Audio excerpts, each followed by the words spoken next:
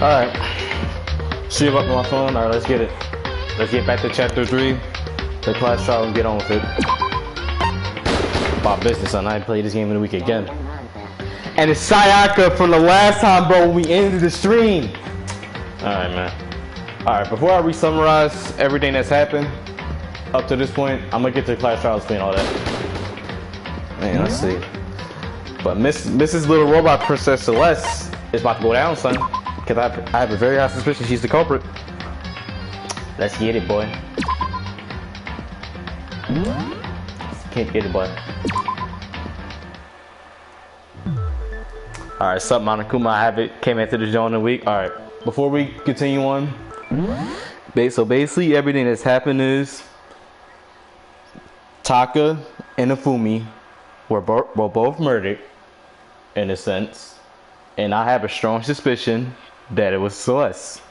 Because of the sequence of events that happened last chapter during the murder that kind of points to it being her and Celeste's strange behavior during the whole entire time. I'm not going to keep on going any further because it will just make this longer. So I'm going to let the game explain it. But my theory going into this is that Celeste was the mastermind behind this whole entire murder as a whole. Well, now with that just being said, let's continue on to this class trial. What's up, Monokuma? Let's get it. If you can figure out who done it, then only they will receive punishment. But then I'll punish everyone besides the blackened, and the one that deceived everyone else will graduate. Now then, to begin with... We already know who did it! You still think it's Joshua Hero, bro. It's not him. Was that? It was Hiro. He does not have an alibi for...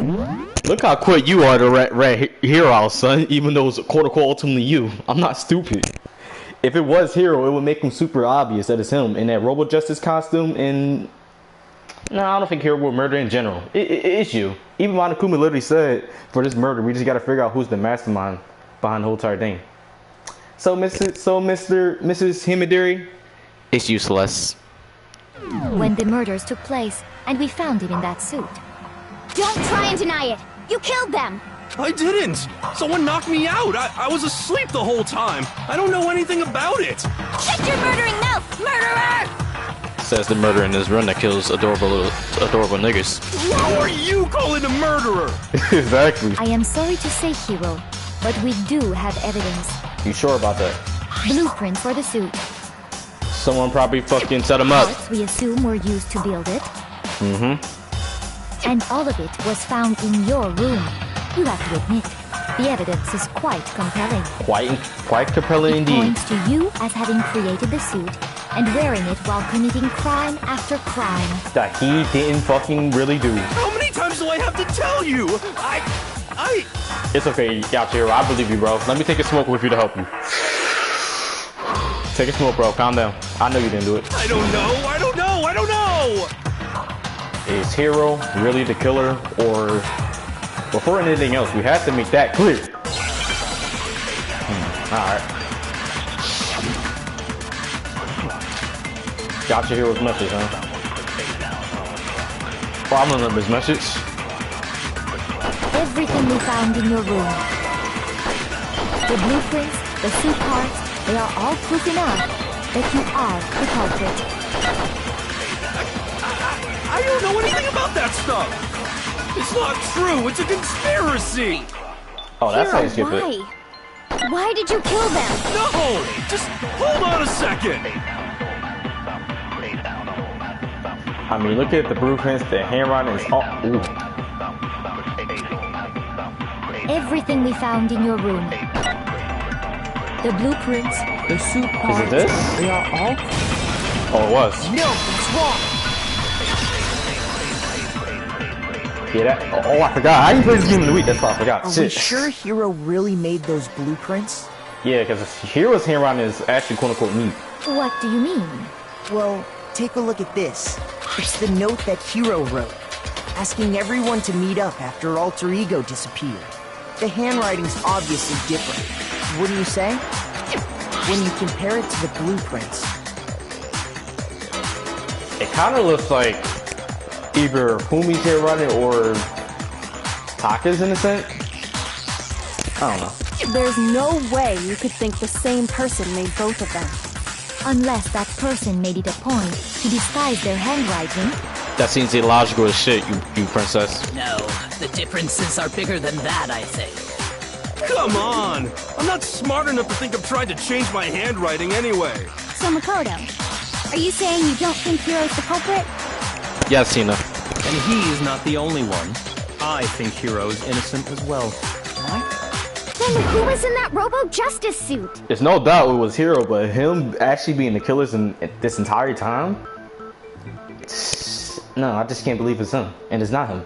Because it's obvious. Is it like Hiro said?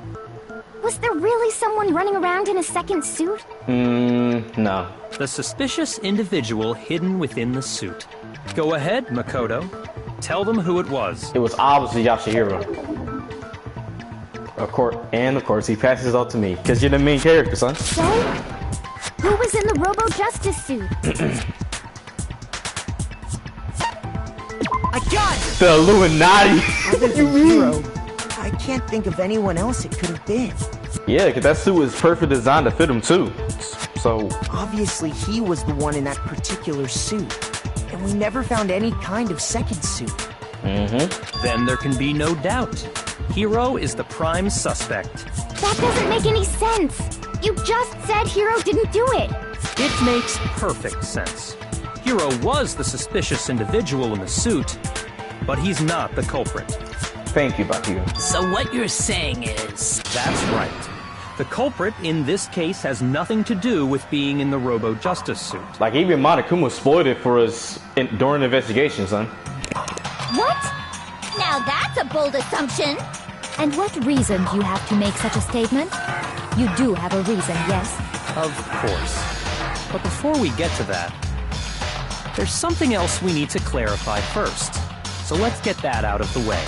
What you talking about? Hey, stop trying to boss us around. Nah, he is the boss. What you mean? He the best character in this show. Shit, that's like me. All things have a proper order. Say it again. So what is it? What needs to be clarified? We must clarify the method of transportation. That's a good for Taka's question. So lifeless I know body. who did it. It was a homie. It's obvious. It would seem that his corpse was moved using certain particular items. The cartwheel and the tarp from the repository all the way in the air purifier room. If that's what it is. No, the phys lab. Yeah. But it wasn't the repository. The equipment room. Damn. Makoto, can you tell us what they were?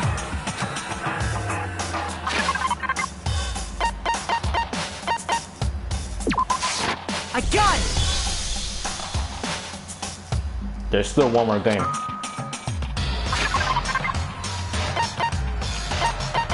Where's the tarp? The tarp. I got it! There we go. They were a dolly and a tarp, right?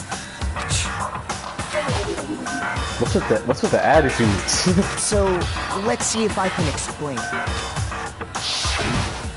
Taka's body disappeared from the equipment room, and then we rediscovered it in the repository. Because Afumi moved it, quote unquote. And when we found it for the second time, it was wrapped in a blue tarp, right? It was the same tarp that up until then was stored in the equipment room. So the killer must have seen it there and decided to use it when they moved Taka's body. That way, they wouldn't leave any bloodstains while they were moving it. And plus it was on the third floor, so moving Taka's body from the equipment room to the repository made things a lot easier. In a sense. Okay, that explains the tarp. And the dolly? Same thing.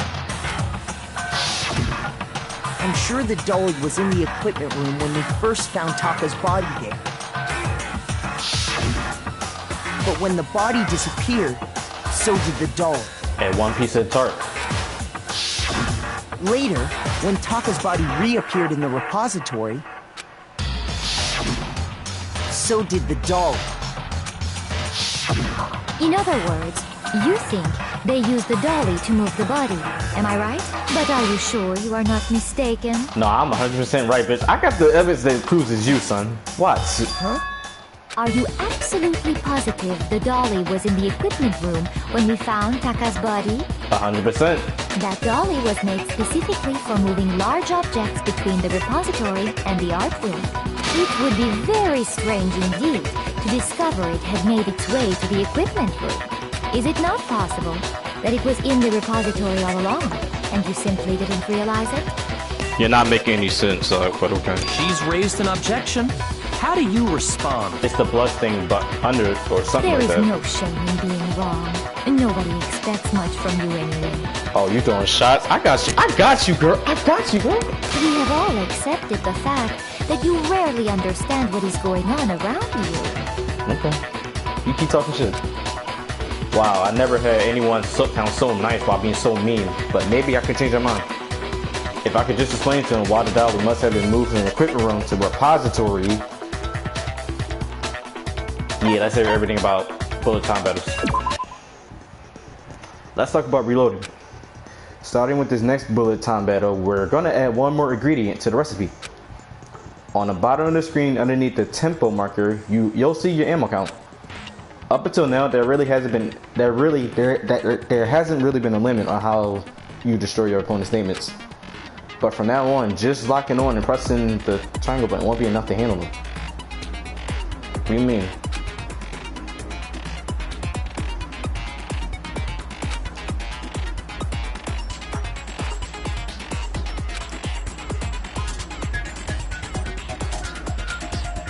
Okay.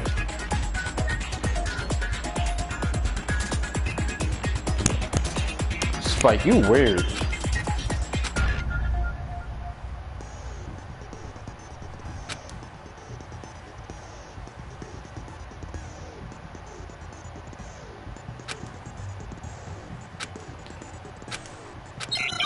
Spike, you a weirdo, son, with these elements. The moment of truth, huh? Oh, it's this. You had it wrong. I cannot agree. You are a fool. So pathetic. Lies will get you nowhere. Do your worst. Away with you. You miserable wretch. I cannot agree. You are a fool. Lies will get you nowhere.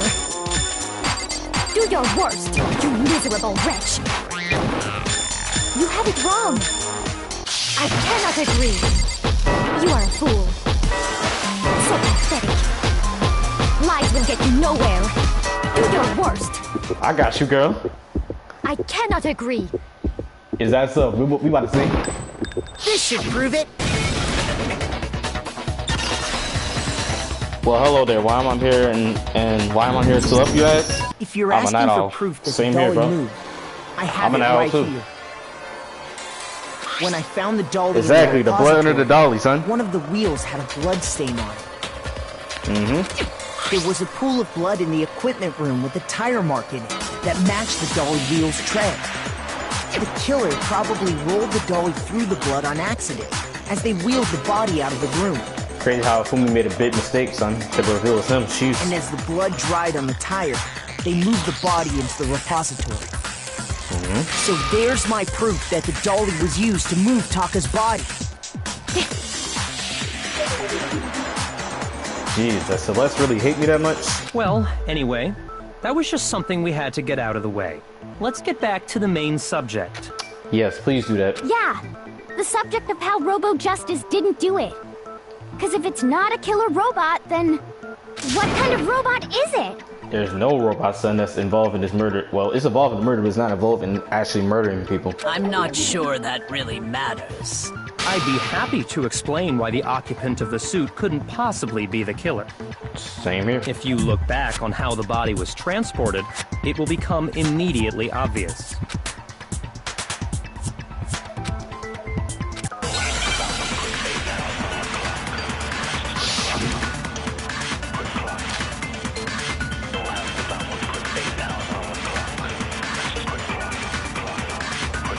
As we know, Taka was killed in the equipment room. And from there, the body was moved to the Yeah, the culprit then loaded it onto the dolly and wheeled it off, right? Now, keep in mind that the dolly doesn't have a handle. Well, yeah. But even without probably a that one. handle, all you'd have to do is bend over. Is it this? Then you could push the dolly no problem. I think it's that. So the killer just cramped and carted the body off? If you accept everything we just said, then you must realize that whoever was... sorry, I think it's realized penis. anything. The dolly doesn't have any animals, so to push it, you have to be able to bend over. But would anyone wearing a suit would have been able to do that? As we know, Taka was killed in the equipment room. Oh, that's And from facts. there, Yep. the body was moved to the repository. Yeah, the culprit wrapped the body in the tarp, then loaded it onto the dolly and wheels it off, right? Now, keep in mind that the dolly doesn't have a handle. It's either this or a penis yeah. segment. But even without a handle, all you'd have to do think is it's this. bend over. Oh yeah, I was right. No, Right. it's wrong. Cause if the person in the Robo Justice costume really did You're it, he wouldn't be able to bend absolutely over. right that you could push a dolly without a handle if you stoop down low. But if you were wearing that suit, do you think you could actually get into a position like that? What do you mean? Think back to what you said when we were all checking out the suit together. Remember? I'm blind as a bat here, can't see my feet at all. I'm surprised you got anywhere in this thing.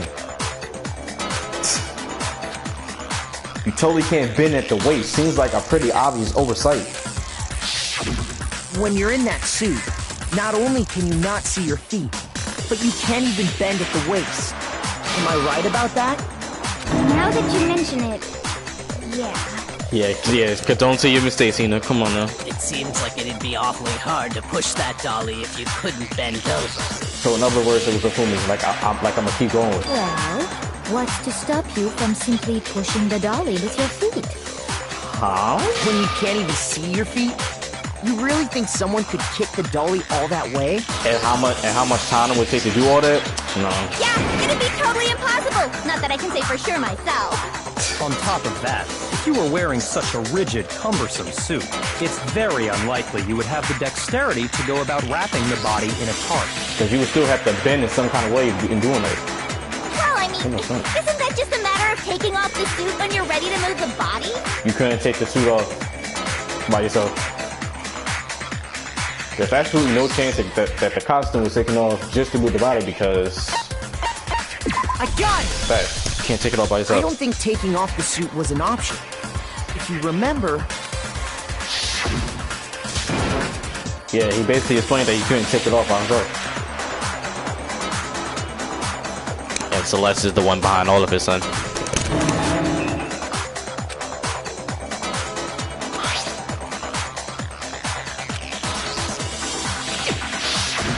That's true. It seems impossible to put the suit on or take it off without help. Then, you really can't take it off by yourself? Hero wasn't just making it up? Of course I wasn't making it up. if he could have gotten it off by himself, I don't think he would have let us see him wearing it. Logical. Showing up in the suit was basically an invitation for everyone to suspect him. Even though I actually went to the quote-unquote pool to see if he was actually there, but the game won't let me do it. Damn. Yeah, that's right. So, it's really, really true that Robo Justice couldn't have moved the dolly? To be clear, whoever did move the body, it couldn't have been Hero in the robot suit, correct? No, wait. Just a second, if you please. Have you forgotten about the picture that I This took? princess, dog. Like, princess, please don't. Oh my god. You all got a good look at it, did you not? The image of Hifumi being dragged away by Robo Justice? You sure about that, son? Because it looks like to me that is Fumi dragging him away. It's just that Fumi made that facial expression to make it look like he's getting dragged away. I don't know. That's maybe me just being skeptical in a sense. I don't know. If whoever was in that suit is not the culprit, how do you explain that? Oh, I'll explain it if the game gives me the option. Please do. Besides, do you remember what the now deceased Hifumi said? That was Yashihiro, but I don't think it's Yashihiro, son. Or Celeste Newberg, your real name, and Yashihiro's actually your real name. How did you get hurt? That guy hit me. What guy? Robo Justice Air. That's what I started to call him just now. So long as those facts exist, It seems like he was acting. The conclusion is beyond question. The individual inside the suit and the culprit are one and the same. It was Hiro, without a doubt. Also known as probably you, since Celeste Lunenberg obviously isn't your real name because Celeste appearing above your statements. Yeah. Yeah, that's gotta be right. Don't fall for it. Hold on a second! It's still far too early to reach that conclusion. Besides, there's no hurry to decide who did it. Yeah, eventually we're gonna figure out anyway, so it don't matter. Before we rush to a verdict, shouldn't we explore every single possibility?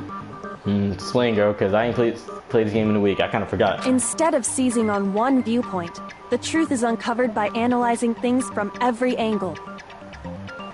Perhaps, but where do we go from here? Let's review this series of unfortunate events from the beginning. Maybe we'll uncover something new. What a pain in the ass! I don't disagree, but our lives are on the line. If this is what it takes, we have to do it. Plus, maybe we'll get to find out where the heck Kyoko was when everything went down. All right then, let's take another look back at what happened. You about to explain? I suppose we could start with this morning. Alright, explain, bro. 4 of us gathered together in the dining hall. Makoto, Hina, Kyoko, and myself. So we waited there for quite a while, but nobody else showed up, so we went to look for everyone. That was around 8 a.m. So we was in the dining hall for a clean hour. And as soon as we split up, Kyoko went missing. Soon after that, Hina found Celeste in the rec room and quickly came to get Makoto and me. It seems I was unconscious for about an hour after I was attacked by my mystery assailant. I know it was an hour because I remember being attacked a little after 7. Okay. Still was in the dining hall. That was when we saw Celeste's picture and discovered that her assailant had been wearing a strange costume. But I think the assailant would know that Celeste took that picture, son. Like, whatever. As it turns out, it was Robo Justice. It also soon became clear that this same Robo Justice had abducted Hifumi. We were soon joined in our search by Byakuya and Toko, and then went on to find Hifumi in the library. Who was injured. He was injured, so we took him to the nurse's office and resumed our search for the suspect. But not long after leaving the nurse's office...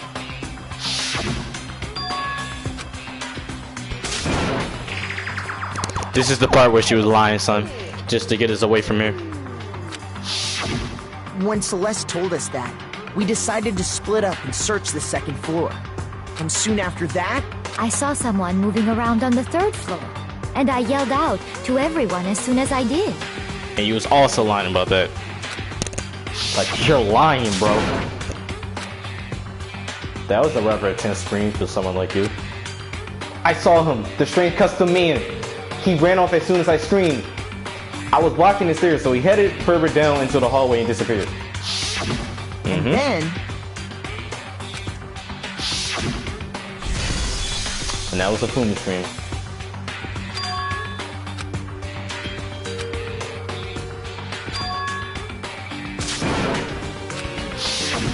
At that point, we decided to divide up into 2 groups. Celeste, Hina, and I went back to the nurse's office, while Sakura, Byakuya, and Toko chased after the suspect. When we got back to the nurse's office, we found Hifumi, dead. Well, he wasn't dead at that time. And that's when we heard the body discovery announcement.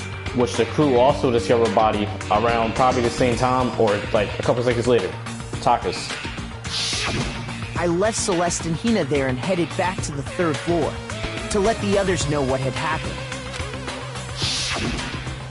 Meanwhile, we had just discovered Taka's body in the equipment room.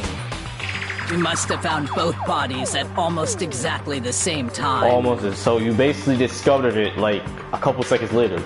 Like I said, like with the last live stream, son. Because we heard the same announcement not long after we discovered his body. And that's when I told you guys about Hifumi. But the only difference between Hifumi and Taka is that Hifumi's death scenes accurate while... No, Taka's death scenes accurate while Fumi's at first was just acted. But when he genuinely died was when Hina clutched him. Then the three of us headed for the nurse's office. And that's when Fumi's body was gone. But right after we left the physics lab, we Celeste ran came into up. Celeste, who'd arrived after us. And she told us something very surprising. Very surprising indeed. Fumi's body has disappeared. We rushed back to the nurse's office and saw that she was right. Then we remembered we'd left Toko passed out in the equipment room, so we hurried back again. These sequences of events, son. This can't be happening. Are we hallucinating all this or something?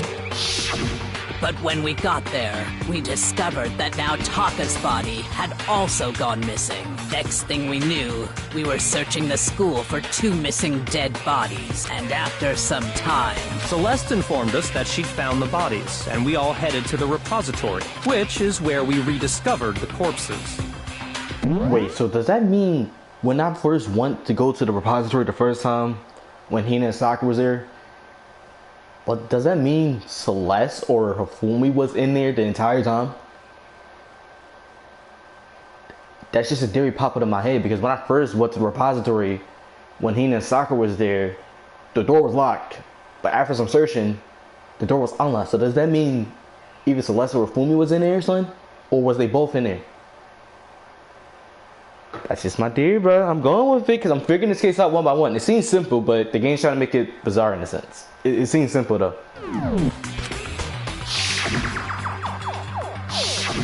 I think that about covers it. I see. The whole thing sounds exceptionally complicated. Say that again, Kyoko. It certainly seems to me that these are not a simple series of connected events. Okay, well, if that's true, then what?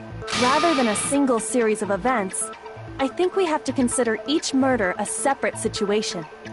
Facts. And from there, we can uncover the contradictions surrounding all of them. That'll make it easier, son. Now then, let's get started, beginning with what happened to Taka. And if you look at his wristwatch that Kyoko showed, it shows that he was killed around like 6 a.m. The contradictions hidden in what happened to Taka. In order to uncover the truth of this case, I had to find them. Okay. Seeing my father tape. What y'all about to talk about?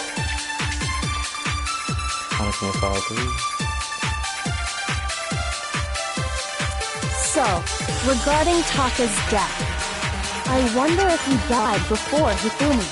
He Or did. perhaps it was after? We already know what order they were killed in. Taka came last. Probably that one, What makes because you that's not say true. that? Because of the numbering of the Justice Hammers. It's true that Hifumi was killed with Justice Hammer 3. While Taka's death... See? So it's obvious He Taka was the came first one, after. because Taka wasn't last.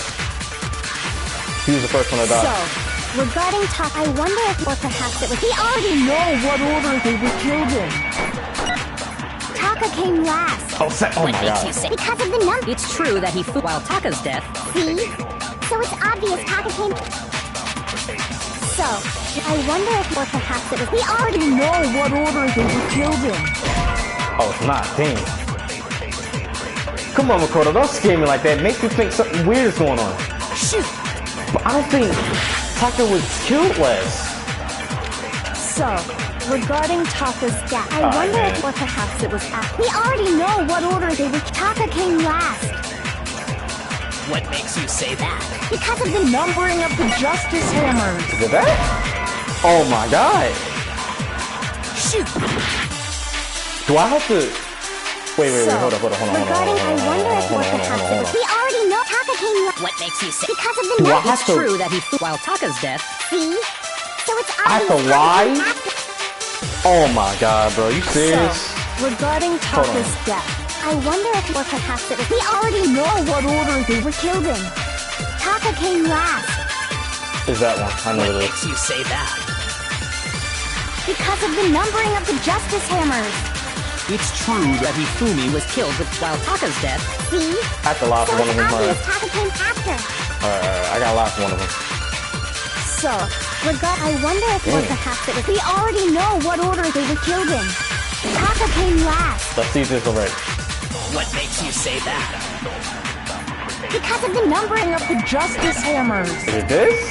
It's true that Hifumi Oh was my killed god, bro. While Taka's dead, See? So it's obvious Taka came after.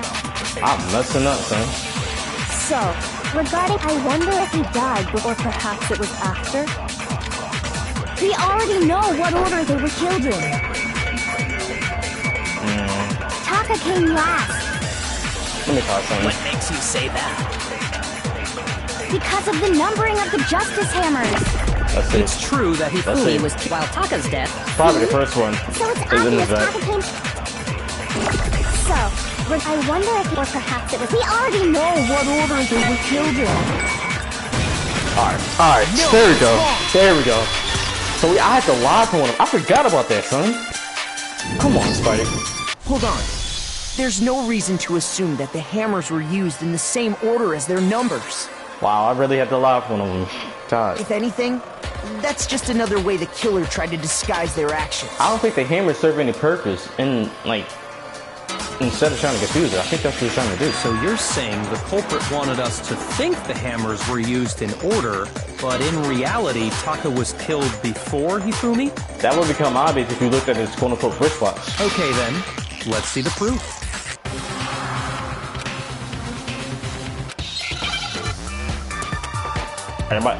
What's the word? Is it wristwatch? It has to be. Alright, it's wristwatch. Give me a I. S. Give me a W. I need an A.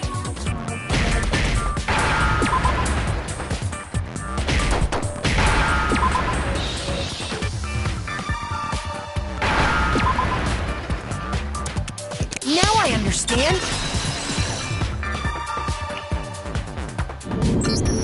I got it. Taka's wristwatch. See? Look. It broke with the hands pointing just past 6 o'clock. It must have gotten broken when he was attacked by the killer. Because as of last night, He had his wristwatch on him.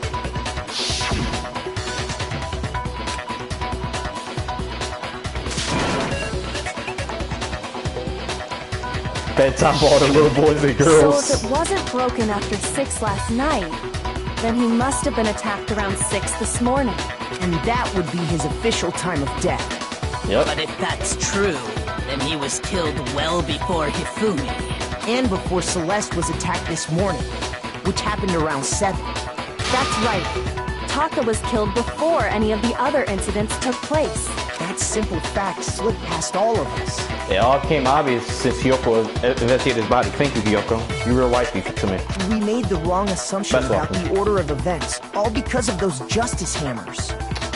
That's Yep. exactly why the culprit wrote the numbers on each hammer and had them increase in size. To confuse us, That citizens. way, when we saw how they were used in each incident, we'd easily make that wrong assumption. Now, if Taka was killed around 6, then everyone's alibis for his murder go out the window. That's logical. Yep, that's logical. Because when he was killed, we hadn't met up in the dining hall yet. Uh-huh. That may be true in the case of Taka's murder, But what explains Hifumi's though? but all of our alibis still hold true for Hifumi's death. That's right. With him, at least, we're all safe. That screen though.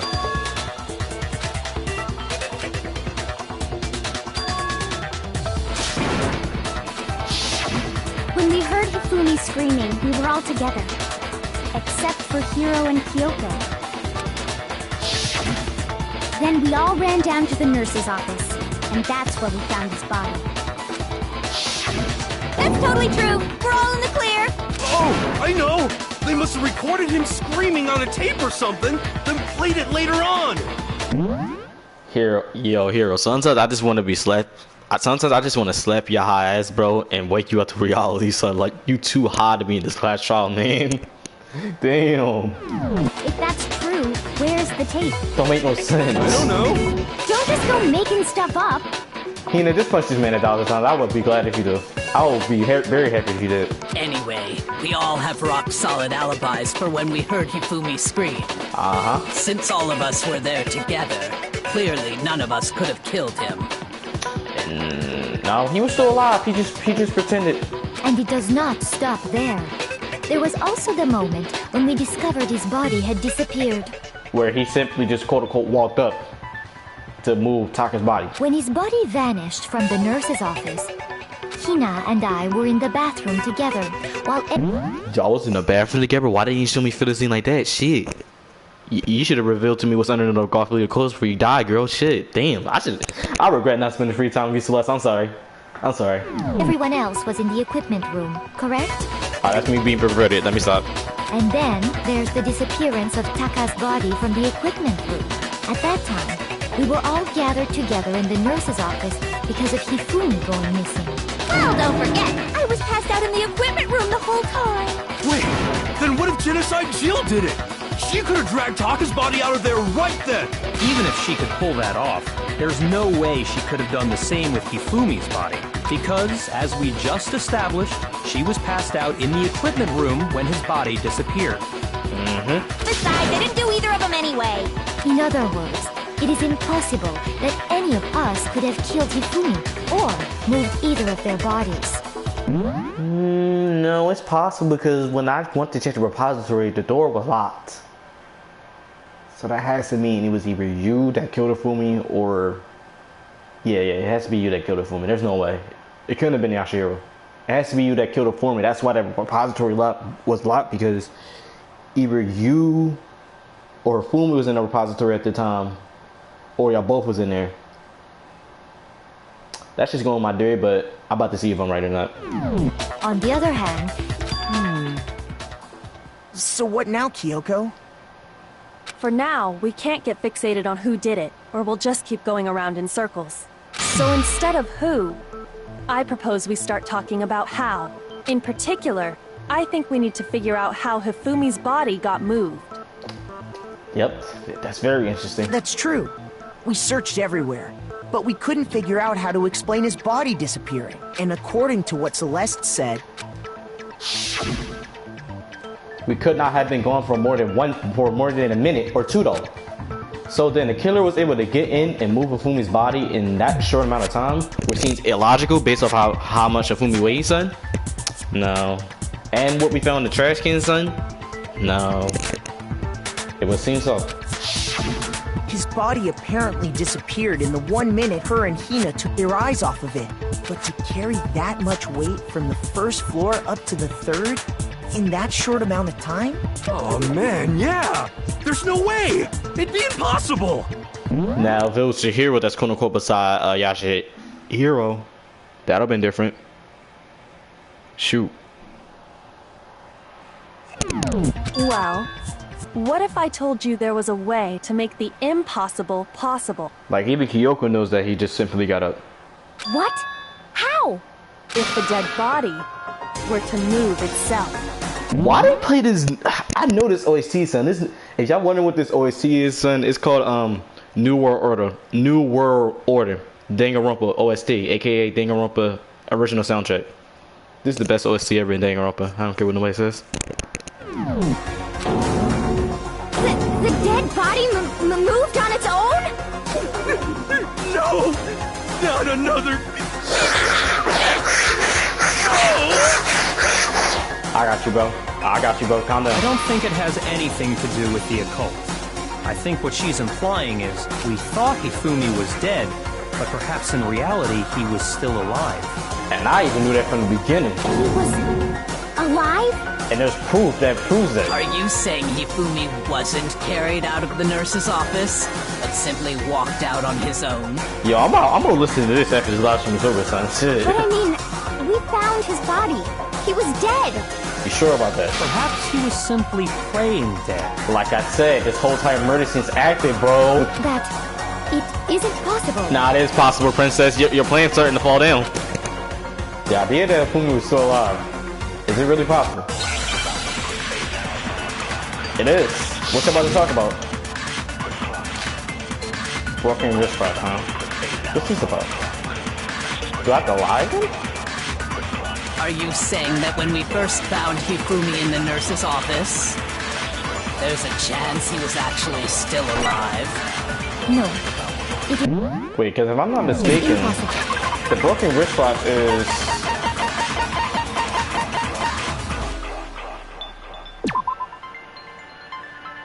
This is... I think I have to lie. Hold up. Hifumi was dead, without a doubt. I think I have to lie. And you know that how? Surely you heard the body discovered. Hifumi's dead body had been found. That doesn't align with And that. that is why the announcement was made. Are we really so sure about that? Maybe the announcement was intended to signal someone else's discovery. I'm sure the body announcement was only made once. Are you saying I think that when we that's a first lie. found Hifumi in the nurse's office, there's a chance he was actually still alive? No, it is impossible. Hifumi was dead, without a doubt. And you know that how? Surely you heard the body, that Hifumi's dead body had been found, and that is why think it's the that. I announcement think was it's that. made.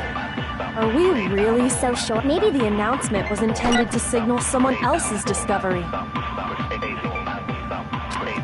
It has to be... I have to lie about this Are because you this... saying that when we this first super found doesn't mess up. Hifumi in the nurse's office, there's a chance he was actually still alive? No, Is he... Alright, hold it on, is hold on, impossible. hold on. Hifumi was dead, and you know that. Surely you heard the body, that Hifumi's dead body had been found. And that is why the I think it's announcement this. was 'Cause made. that Are doesn't we match up. really so sure about that? Maybe the announcement was intended to signal someone else's discovery. Dead body, huh? Oh no no no no no no no no no no no Are no no you no saying no that no when we no, no, first it's not that. found It's not that. Hifumi It's in the not that. nurse's office, there's a chance he was actually still alive? No, it is impossible. Hifumi was dead, without a doubt. And you know that how? Surely you heard the body discovery announcement. Hifumi's dead body had been found. It has to be a lie because broken wristwatch doesn't match up. It don't. Are you saying that when we first found Hifumi and then there's a chance he was actually still... No. It is Hifumi was dead, and you know that. Surely you heard the body, this Hifumi's dead body had been found. That don't match up. And that is why the announcement. Are we real? Maybe the announcement was intended to signal someone else's discovery.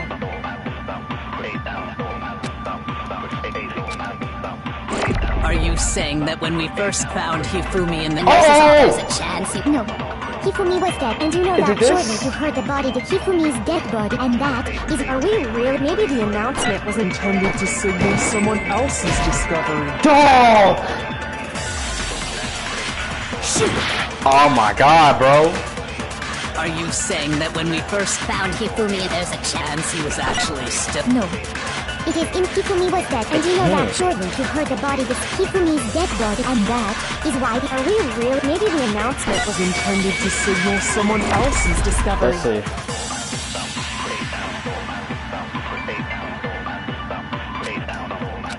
Let's see, dog. I got Are one more you hurdle. saying I that fucked when this we up. first found Hifumi in the nurse, there's a chance he was actually still alive? No. It is Hifumi was dead, and you know that. Surely you heard the body discovered. Hifumi's dead body Is it this? had been found. No! Oh my god, I'm And messing that is up. why. Are we real? Maybe the announcement was intended to signal someone else's discovery. Are you I'm messing up saying that this when we option. first found there's a chance he... No. Hifumi was dead, and you know that. Surely you heard the body discovered. Hifumi's dead body had been found. Alright, it was Zex. I knew I had to lie because that broken wristwatch didn't match up, son. It didn't. That did not match up. Was the body discovery announcement that was made really intended for Hifumi? Two lies in one case, huh? Spike, really? Of course it was. The announcement played right after we discovered his body. Maybe. But that was also the same time that Taka's body was found. That's right. It wasn't long after finding his body that we heard the announcement. So there's a good chance we've made a mistake in there somewhere. I think we've confused whether the announcement was for Hifumi or Taka. Oh no, it was for Taka, son. First of all, if two bodies had been found, there really should have been two announcements. Maybe Monokuma simply got lazy and rolled them together into one. You don't make sense, princess. What do you say, Monokuma? Any comment? Yeah, what you gotta say, bro? Who didn't appear at all in chapter 3 that much? Well, it's a very sensitive issue, so I can't go into too much detail. A sensitive issue, huh? Okay. But what I can say about the body discovery announcement is that it's only broadcast when 3 or more people find a dead body for the first time. A dead body. That didn't answer our question, man. We're asking if you're a lazy bum. You're the laziest bum nigga in this room, I guess. No, actually, that was plenty. It was. He said it's only broadcast when a body is discovered for the first time. Which means, even if we find the same body again later, he won't make the announcement again. If that's true, then why was the announcement made again later on? Huh? Later on? Exactly. We heard the body discovery announcement twice. Because the first body discovery announcement was actually Taka dead. The second body discovery announcement was actually quote-unquote Fumi, who was quote-unquote dead, but came back alive for some reason.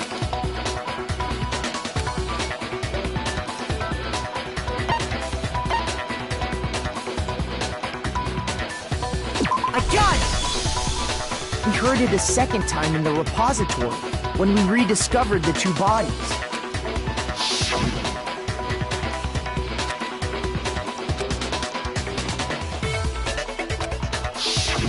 It didn't seem weird at the time, but it contradicts what Monokuma just told us, doesn't it?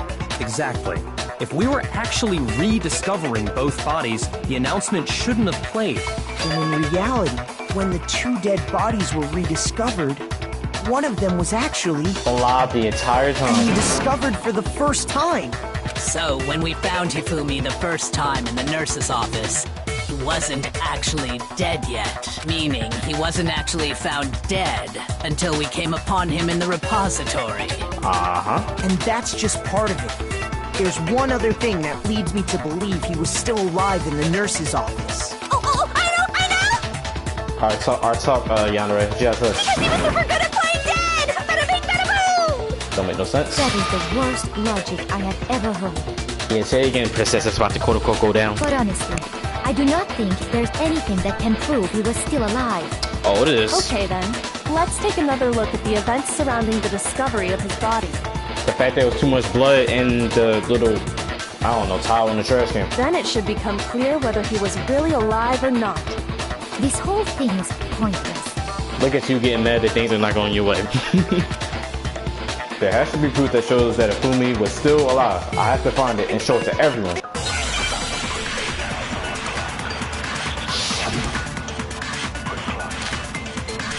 There we go. There we go. There we go. There we go. Let's see what you're gonna. Let's see. Well, here's one thing we do know. The first time we found Hifumi's body was in the nurse's office.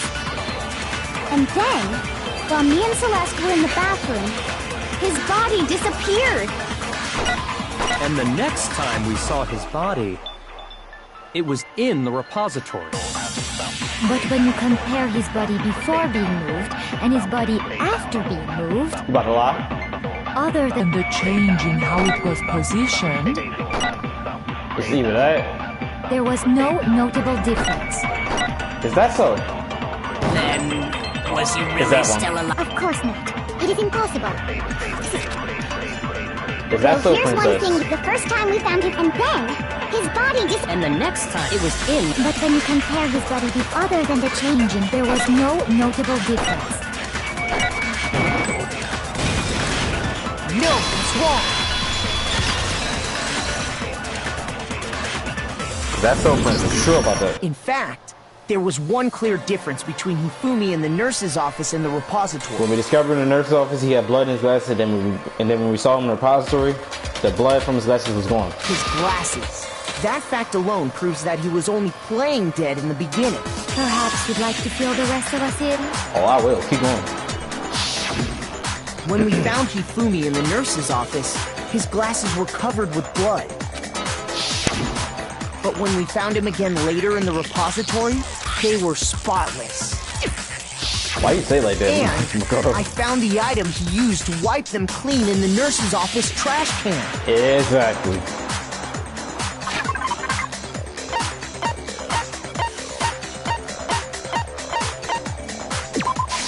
I got it! It was a glasses cleaning cloth featuring a certain cartoon mascot.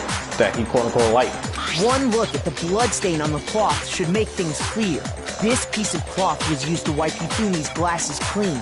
And the mascot on the cloth is the same one that's on the digital camera, right?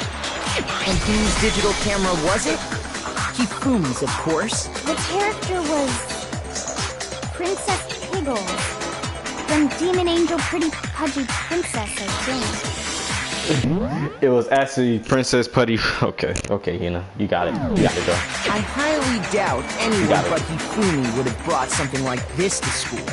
Exactly, with his 2D perverted ass that preys on lollies. I see your point. Protect lollies, guys, from lolicons. Glasses are. I wouldn't be caught dead using a tacky piece of garbage like that. You sure about that, BQ? A few tissues is all I need to keep my glasses clean. Then there's no question. It belonged to Hifumi. So what you're saying is... What exactly? What I'm saying is, the blood on his glasses was wiped away using his own glasses cleaning cloth. Even if that is true, it does not mean he wiped the blood off himself. Obviously. But who would benefit from a clean pair of glasses other than the glasses owner? That's a good point. It must have been him, right? So let's assume that Hifumi was still alive in the nurse's office. That means he quote-unquote got up and moved toxic. He pretends to be dead. Then when he's alone, he wipes his glasses clean so he can see. Then he stands up and walks out on his own 2 feet. It would have been completely different if his glasses wasn't covered in blood in the nurse's office for the first time. Then it would make it kind of more confusing in a sense. And with that, the impossible task of moving his copious corpse becomes possible, wouldn't you say? But then, if he was just pretending to be dead, It's a mastermind that's behind it. what was with all that blood? Was it paint or something? It was the blood pouches in the little refrigerator. I knew it was that The as soon as I fridge first in saw the his body. nurse's office contains packs of blood for emergencies.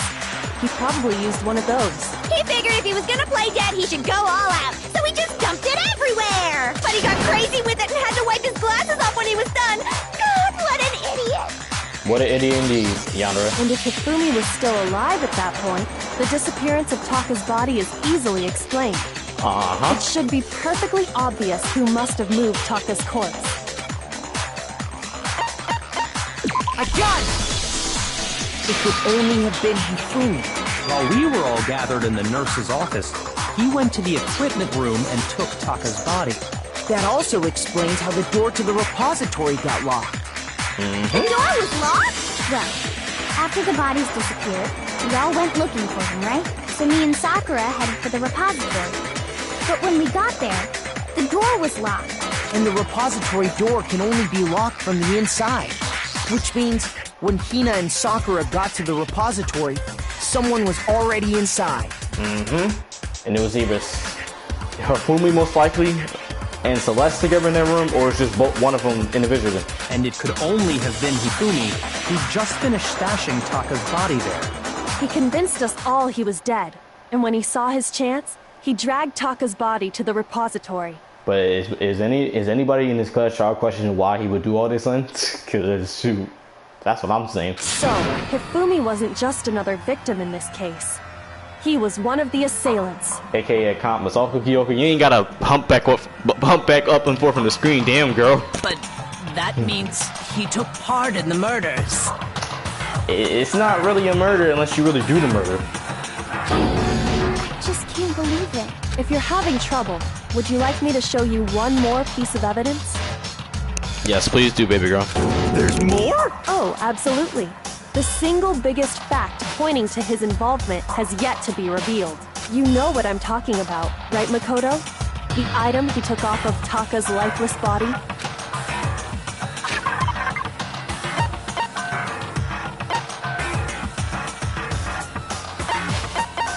It's one of these.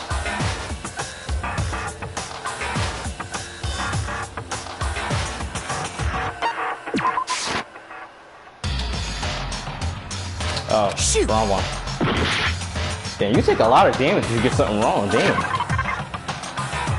Alright, it was this one. I got it! You're talking about the note Hifumi had hidden away, aren't you? Hidden note? All the way in his pants, son. That's right. We found it stuffed in his pants. What? In his Yeah, and his, you know what we were talking about, girl. Yes, his pants. Alright, the way y'all wording it makes me uncomfortable. Stop. Okay, well, forget about the pants for now. Take a look at what the note says. I found a hole maybe we can use to escape. Monokuma can't find out, so don't tell anyone else for now. Let's meet in the equipment room at 6 a.m. That's the note I was telling you about. The one that told me where to go. Huh?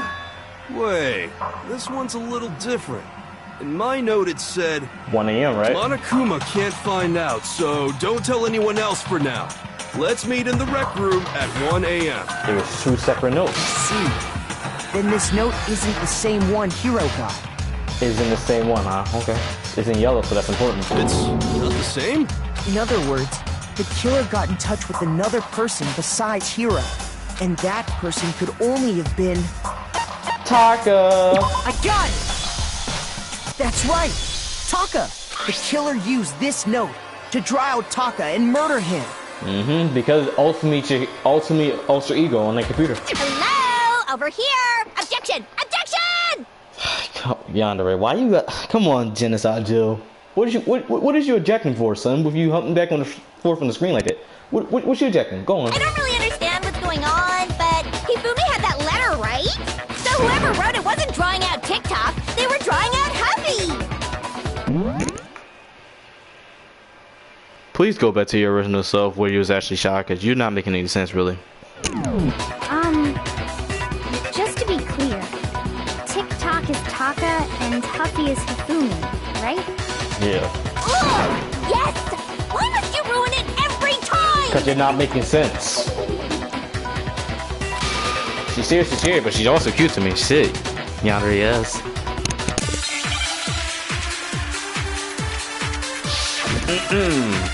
What you about to talk about, son? Ooh. Let's see what you want to talk about.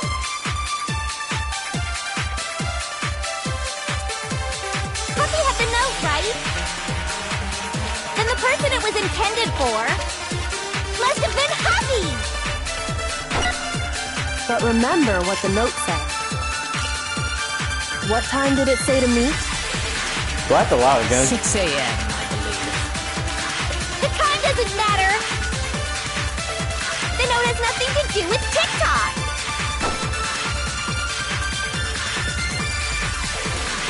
The time of the note said 6 a.m. What happened at 6 a.m.? Is it broken wristwatch again? Huffy had the note, right?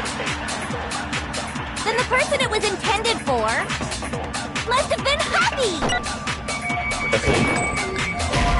Alright, no, I was wrong. I might actually fail this one, son, because jeez.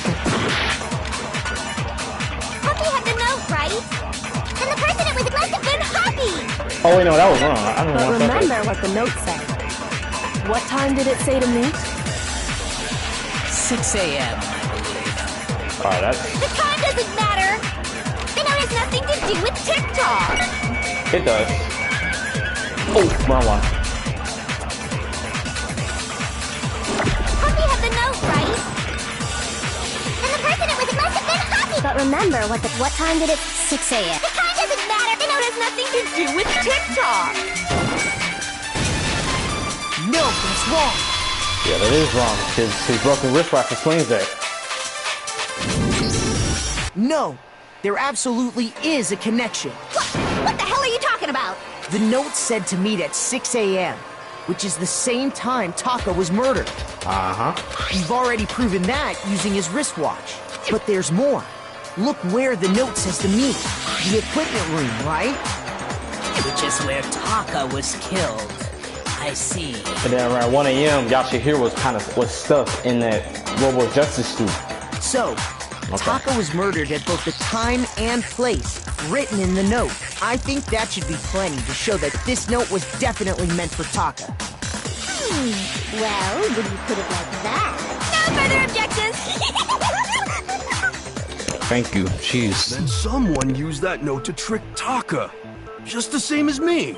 Yup. Because in that moment, y'all both was easily naive. Well, Yashiro's been naive, but Taka was easily naive at that point. The culprit really is a cold-blooded monster. Yeah, they Tell really the devil are, they man. found a way out. Yeah. Cold-blooded monster. But if they gave the note to Taka, What was Hifumi doing with it? Ooh. Stuffed down his pants, no less! Most likely. Hifumi stole it off Taka's corpse after he died. Huh? He stole it? Where's your proof? Go ahead, show us. He ripped it. I got it! When I searched Taka's body, I saw that his lifeless hand was gripping a small scrap of paper. If I'm right about this, the sheet of paper this piece came from is... I knew it! It fits perfectly with the note we found hidden on Hifumi. Does my main character keep all the scraps of evidence within him, son, and show it to the class trial, son? Jeez. Kinda seems like you do that, Makoto. Goddamn. Then Taka's scrap and Hifumi's note. Yup. They're from the same piece of paper. Hifumi had the note meant for Taka, while Taka's corpse still grasped a small piece of that note. There's only one way to explain it. Taka died clutching the note. Hifumi tried to free the note from his death grip, But went too hard. leaving behind only one small scrap. Did I get all that right? You did. That means Hifumi knew the note was important. Exactly. Which proves that he was an accomplice in the murder. Uh-huh. Whoa.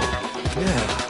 After seeing all this, Hifumi was super involved in this whole thing for sure. Yeah, man. In fact, he was behind the whole thing. In fact, he's still alive. Okay, that's wrong, man. Come on now. Sorry, no.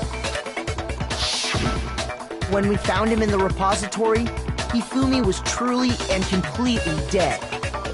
But only for a moment though. The second body discovery announcement proves that. So then, who killed Hifumi? I think it should become clearly obvious. It was Celeste. Whoever did is the mastermind, the true killer. And that's Celeste. He was killed in the repository. So he must have been killed not long after transporting Taka's body. So, he must have been killed after Taka's body vanished, but before we found both bodies in the repository. During that time, we'd all split up and were searching for Taka's missing body. In other words, during that time, none of us have alibis. Uh-huh. Wait, but me and Sakura were together. Stop trying to steal the spotlight, you stupid walrus!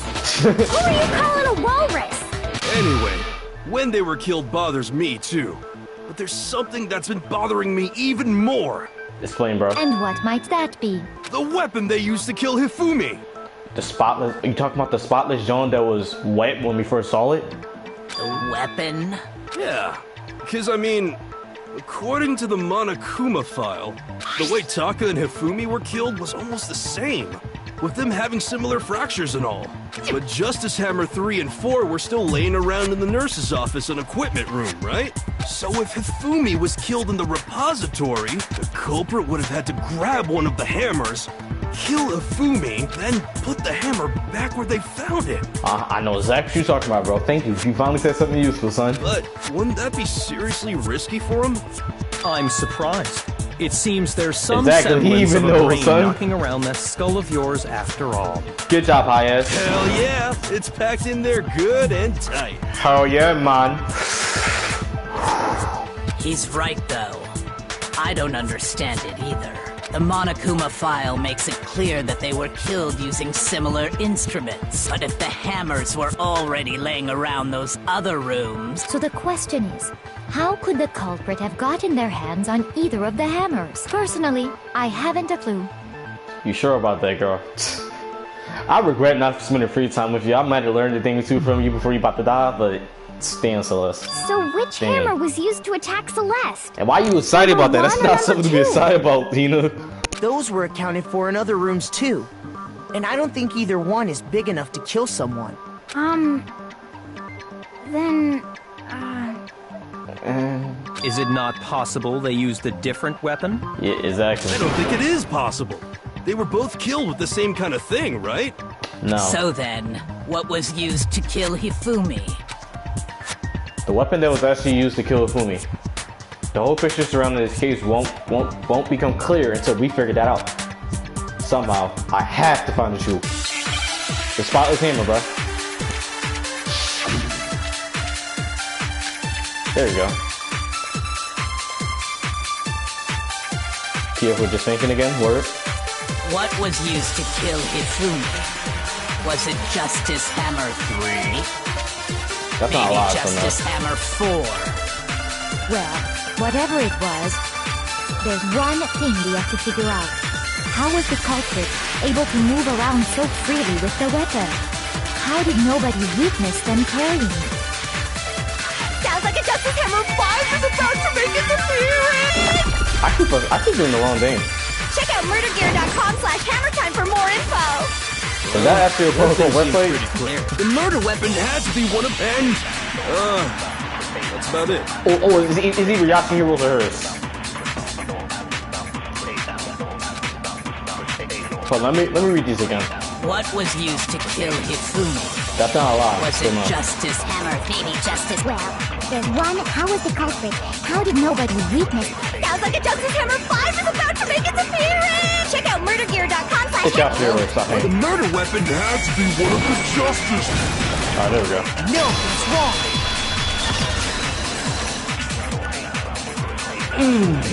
This case is simple, The son. murder weapon wasn't a justice hammer at all. No, it was something completely different. Yup. But seriously? A different weapon? Specifically, a hammer from the repository. The killer could have easily used that to kill Hifumi. Yup, that little scrap of evidence, son. Shoot. Now, all the hammers in the repository were covered in flecks of grit and debris, but for some reason, one of them had been scrubbed clean. And the reason it had been scrubbed clean was most likely because it was used to commit murder. Kill, aka Hifumi. If the hammer got covered in Hifumi's blood, of course they'd have to clean it off. I'd also like to point out that the repository has all kinds of hammers. Big ones, small ones, and even some flat mallet-like ones. I think whoever made the Justice Hammers used those as a basis for their design. If that's true, that would explain the Monokuma file's note about the wounds being similar. So Hifumi moved Taka's body to the repository, where someone then used a hammer to kill him. Whoever did that was the true killer. The one Hifumi was working with. And the one who betrayed him. It's Celeste, bro. Hold on a moment. I still think it's strange to assume someone was working together with him. You sure about that? The way the graduation rule works, there is no benefit to helping someone else carry out a murder. But she can still do it regardless, so it don't matter. So the idea that anyone would work together like that is simply ludicrous. We talked about this, did we not? Oh, we did, girl. But it's pretty obvious that Hifumi would do it because of the quote-unquote motive, aka that ultra ego at time. We did talk about how there wouldn't be any reason for anyone to work together. At least that's what we thought at first, but... What's this, bro? Oh, never make the argument. Again? I go out, don't I? Based on the rules that have been laid out for us, even if more than one person is complicit in the murder, only the one who actually carried out the act can graduate and survive. Assuming the rule holds true, it is simply impossible that two people work together on this. That is how the rule was explained to us. But that only really applies if there's one murder, right? In this case, however, there were two murders.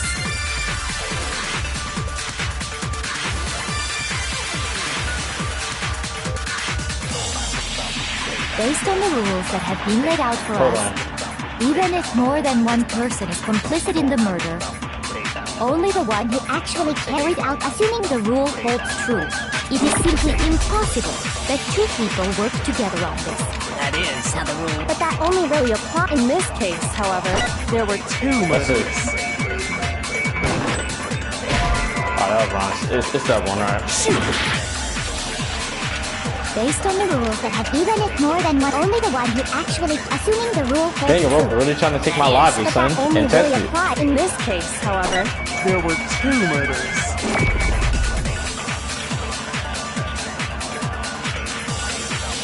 Based on the rules that have, even if more than one, only the one Who actually carried carried out the act can graduate, assuming the rule holds true. it is simply impossible that two Oh, people I shot the work wrong together. one. Alright, man. But that only really applies. In this case, however, there were two murders. Damn. Based on the rules that have been laid out, even if more than one, only the one who actually carried out the act can, assuming the rule holds true. Did you simply think? No, it's wrong. Wrong indeed. Ah, you really Spike really trying to test my logic, son. Damn. Since there were 2 murders, it's at least plausible that more than one person was involved. What do you mean? If there'd only been one murder, then yes, the idea of an accomplice isn't really worth considering. Naturally, if only one person can be saved per murder, an accomplice has no risk versus reward benefit. Risk versus reward benefit? The payoff for working together. The reward that balances out the risk of taking part in the scheme. There's no point in being someone's accomplice if there's no benefit to you. However, if there were some potential mutual reward for the risk, then cooperation becomes possible. You're saying that 2 people could act as each other's accomplices to commit 2 separate murders.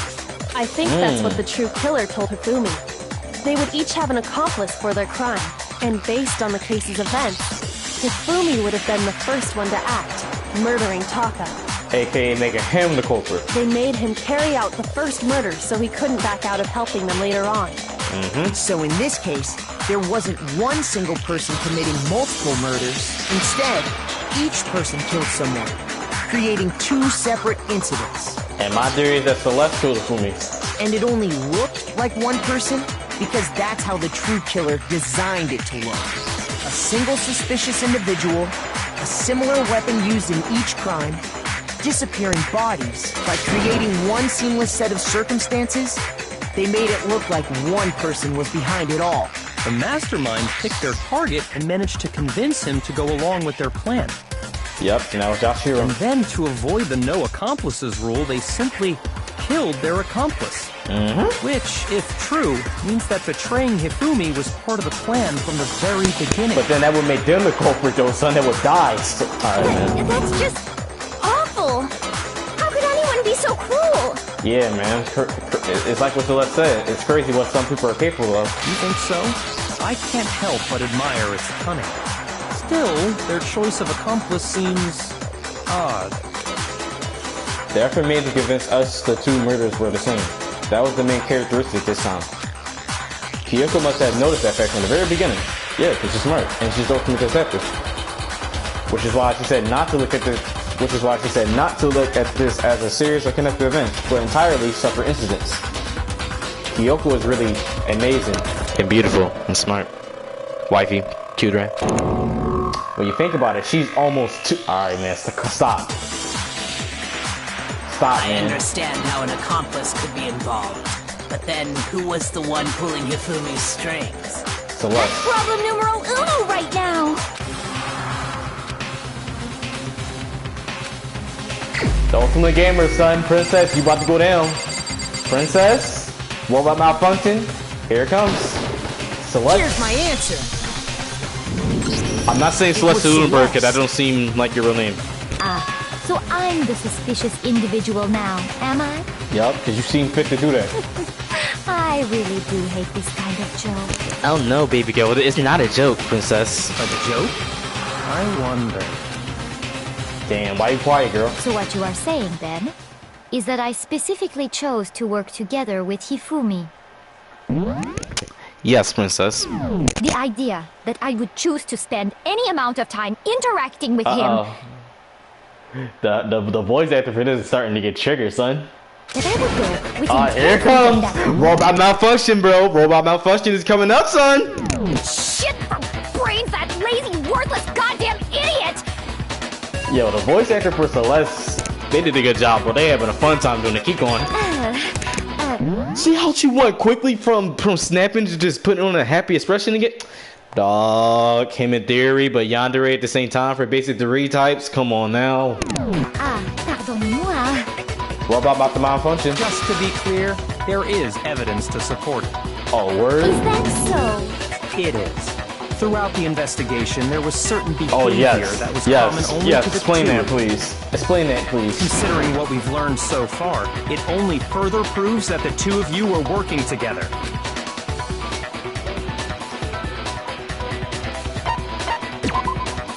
Oh, that was wrong. Oh, that was wrong. Shoot! Damn. Alright, it wasn't a stream, man. I got it! Alright, that was the right one. The behavior The they had streamers in did sound common similar, has so I to do hit with that the one. suspicious individual in the suit, doesn't it? Yep. The only ones who ever actually saw Robo Justice firsthand were Celeste and Hifumi. Shush. The adults are talking now. What you mean, Chester adults are talking? I'm an adult too! Sorry. Alright, man. As I'll he be said, quiet. only Celeste You talk, and bro. You got Hifumi it. ever laid eyes on the costumed individual. If we accept that Hifumi was one of the culprits, we can't help but suspect what Celeste has said as well. Are you saying everything they told us was a lie? The ultimate gambler, son. After taking Hifumi to the nurse's office, we all began our search for this individual, correct?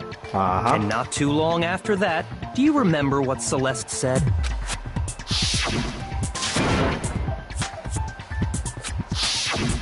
We headed to the second floor specifically because of what she claimed to have seen. Yeah, claimed. Claimed. Next, to draw us all to the physics lab up on the third floor, She let out a blood-curdling scream. and when we'd all come to see what was wrong, what was it she said?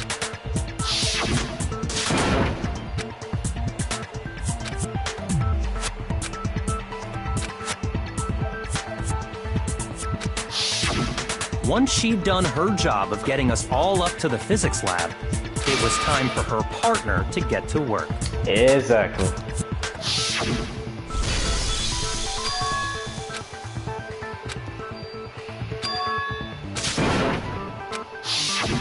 It was to get us to divide into two groups. So that we would discover both bodies at the same time? And try to make the murder confusing, son. But you see, I'm skeptical in a sense, so I suspected that from the beginning. In fact, Celeste was precisely the one who Well, proposed that we I'm split generally up. skeptical person, so. Then why don't we split up into two groups? I'll lead the hunting party. That seems much more interesting. Very well then. Then Makoto and Hina, you come with me to the nurse's office. I will lead the capture of the suspicious individual to Toko, Bakio, and Sakura. Well, if Celeste and Hifumi were working together, all those chance events suddenly become connected. Damn, why you quiet, girl? Your robot about to start malfunctioning. And on top of that, You being that quiet. piercing cry of yours early on. What's cute? Sounds like a test mode when you stick. Nah, I'm gonna stop. Let me stop. That Let me was the stop. signal Hifumi, wasn't it? It was your way of telling him, we're on the third floor. Everything's going according to plan. Why else would you let out a scream that could have carried across the sea? Using the same sentence from where you wrote the Mondo.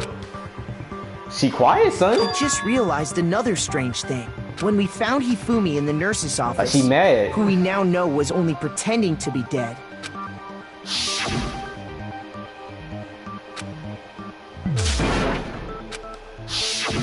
Celeste, you were the first one to say he'd been murdered. You wanted to make sure we wouldn't have any doubt in our minds.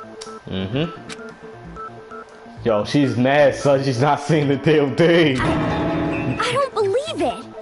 Everything! The whole thing was one big act! Hey, man, this is thing open for a reason.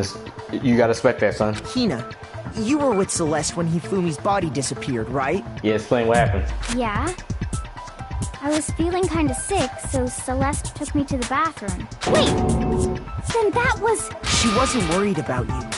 She just saw a chance to help Hifumi sneak out of the nurse's office. Uh-huh. Each piece isn't much by itself, but start putting them together and the picture gets very ugly indeed. I like how they showing Celeste just sad and shit. Wouldn't you agree, Celeste? Yup. I have no idea what you mean. Ah, look at you putting back on your mask, son. Don't bother trying to deny it. You made one fatal mistake. Oh, did I? I didn't even catch it myself when you first said it, but looking back, I can say that that one little slip-up was your undoing. Are you talking about when she said, just like those guys died? What are you talking about? I'm talking about what you said after Hifumi's body disappeared and we returned to the nurse's office. You're gonna talk about when she said both of those guys died. Aren't you?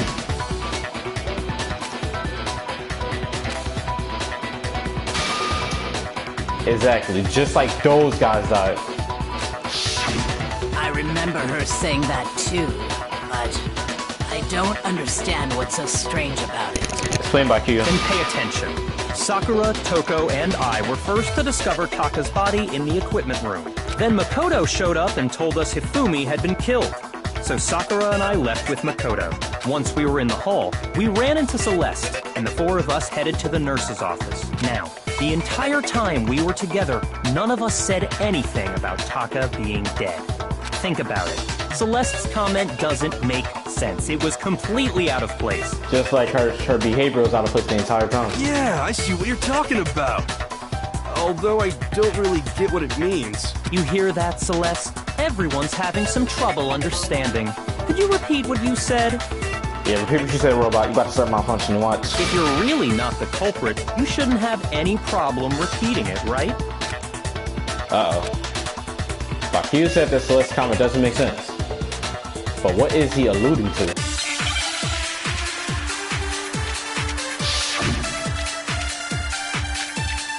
Monokuma file.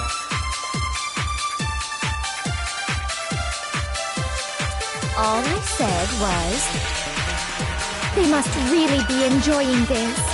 Do I have to lie again? Enjoying the sight of us standing around, frightened and...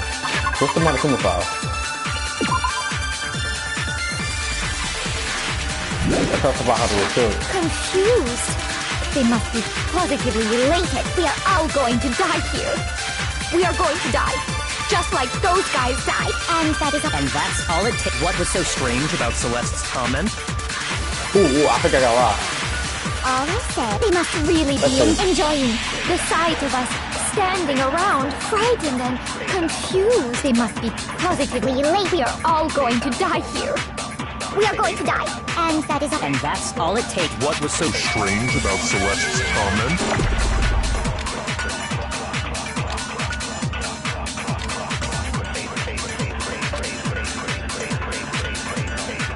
All I said was, they must really be enjoying the sight of us. They must be... We are all going to die here. We are going to die. Just like those... There we go. I was right. Milton's wrong. 3 lies. Alright, Spike, you really trying to confuse my logic. There's Damn. no reason Celeste should have said, just like those guys Exactly. died. I found that suspicious when I first heard they said that too, bro. You're not the only one. When she said that, none of us had told her Taka was dead. Exactly. Oh, she put on that serious face like, I'm out of business, girl, boy. Exactly. And we didn't run into her until after we were all out in the hall. So there was never any chance for her to have seen his body in the equipment room for herself. Crazy how you slipped up, son. So how did you know, Celeste? Yeah, how did you know? How did you know more than one person had been killed? And how did you know they were both guys? Exactly. Because Kyoko had also disappeared, right? So she could have been dead too. But the fact that you said, guys? Uh-oh, robot malfunctioning. The music stopped. Here it comes. You all have such vivid imaginations. You know that? Imaginations. You claim that I was lying when I told you about the suspicious person I saw. You was. Then what about the picture I took? That was fake. It was a Fumi Dragon boy. How do you explain this picture of the costumed villain dragging Hifumi away? It has to be some kind of setup, right? Yeah, man. So let's put the suit on, and then... Oh, no, it was you in the suit at the time. Timer to set up the picture. Have you so quickly forgotten? You are the only one who could have possibly fit into that suit. Plus, I happen to know that this particular camera does not have a timer. In other words, it is an unassailable fact that this is a picture of Hifumi being dragged away. What if you reverse that, son? If everything I told you was a lie, how can this picture exist? Good question. Simple. Are we sure that's really Exactly, a picture of the Kyoko, say that, suspect girl. dragging Hifumi away? Oh my god. What could you possibly mean by that? Surely there are other explanations than the one you've offered up. No, there is no other explanation. It is, girl. Stop being a brat about it.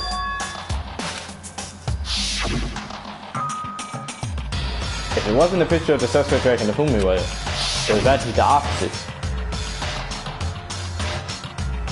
Hifumi and the suspect are dancing. Hifumi and the suspect have been drinking. What? I got it! It's not a picture of the suspect dragging Hifumi away. It's actually the opposite. I would say it's a picture of Hifumi dragging the suspect away. Like I literally suspected that it was even one of those two. Oh, look at you! You even proving it. That's certainly within the realm of possibility. The one being dragged off in that picture isn't Hifumi, but the person in the robot suit. We've simply been led to believe that it's the other way around. Not me. I had two possibilities in my head. The costume might only exist to lead us astray even farther. If you saw someone wearing something like that in this situation, of course you'd notice and be suspicious. That's what happened! You put me to sleep and made me out to be the bad guy in all this! Yup. She even laughing about it too. Such a thing is utterly impossible. Really? Hifumi was dragging him away? Ridiculous. Really, princess? Is it? I don't think it's ridiculous at all. Exactly. Then shut your mouth and allow me to educate you. This girl just said, shut your mouth and allow me to educate you. Dog, I'm about to use that when I want to throw shots at somebody's shit. So let's think she can prove that there's no way Hifumi was dragging the suspect away. But is that really possible? Another bullet time battle?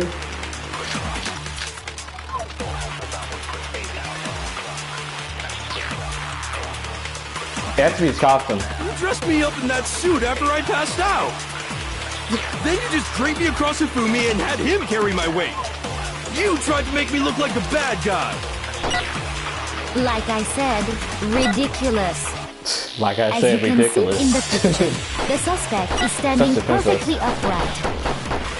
If the person inside the suit was unconscious, there's no way they could stand up straight like that.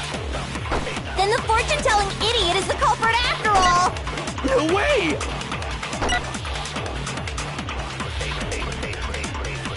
If I remember right, he said that she can have been at the waist. You dressed me up in that suit after I... What's the Robo Justice costume? Let's see. Oh, alright, this one. Okay. Passed out! It's this one. Then you just draped me across Hifumi and had him carry my weight. It's even You this one. tried to make me look like the bad guy. Because you had the bend. Like I said, ridiculous. As you can see in the picture, the suspect is standing. If the person inside the suit was unconscious, there's no way they could stand up straight like that. Then the fortune-telling idiot is the culprit after all! No way! Or they was both simply acting. I think it's the first one, but Yashiro dressed said. me up in that suit after I passed out. Then you just draped me across Hifumi and had him carry my weight. I don't know. Oh, is that him? Oh, that's the wrong one, man. Shoot! You dressed me up in that suit after I passed out. Then you just draped me. You tried to make me look... Like I said, as you can see in the picture, if the person inside the suit was unconscious, there's no way they could stand up straight like that. It's one of Celeste. It's one of Celeste, but I can't think which one it is. The culprit after all! No way! It's one of Celeste's, son. Dressed me up in that suit after I passed out. Because they was unconscious, they would bend. Then you just draped me across Hifumi and had him carry me. You tried to make me look... Like I said, as you can see in the picture, if the person inside the suit was unconscious. Alright, I was wrong. I feel. Shoot! Okay. Second time feeling.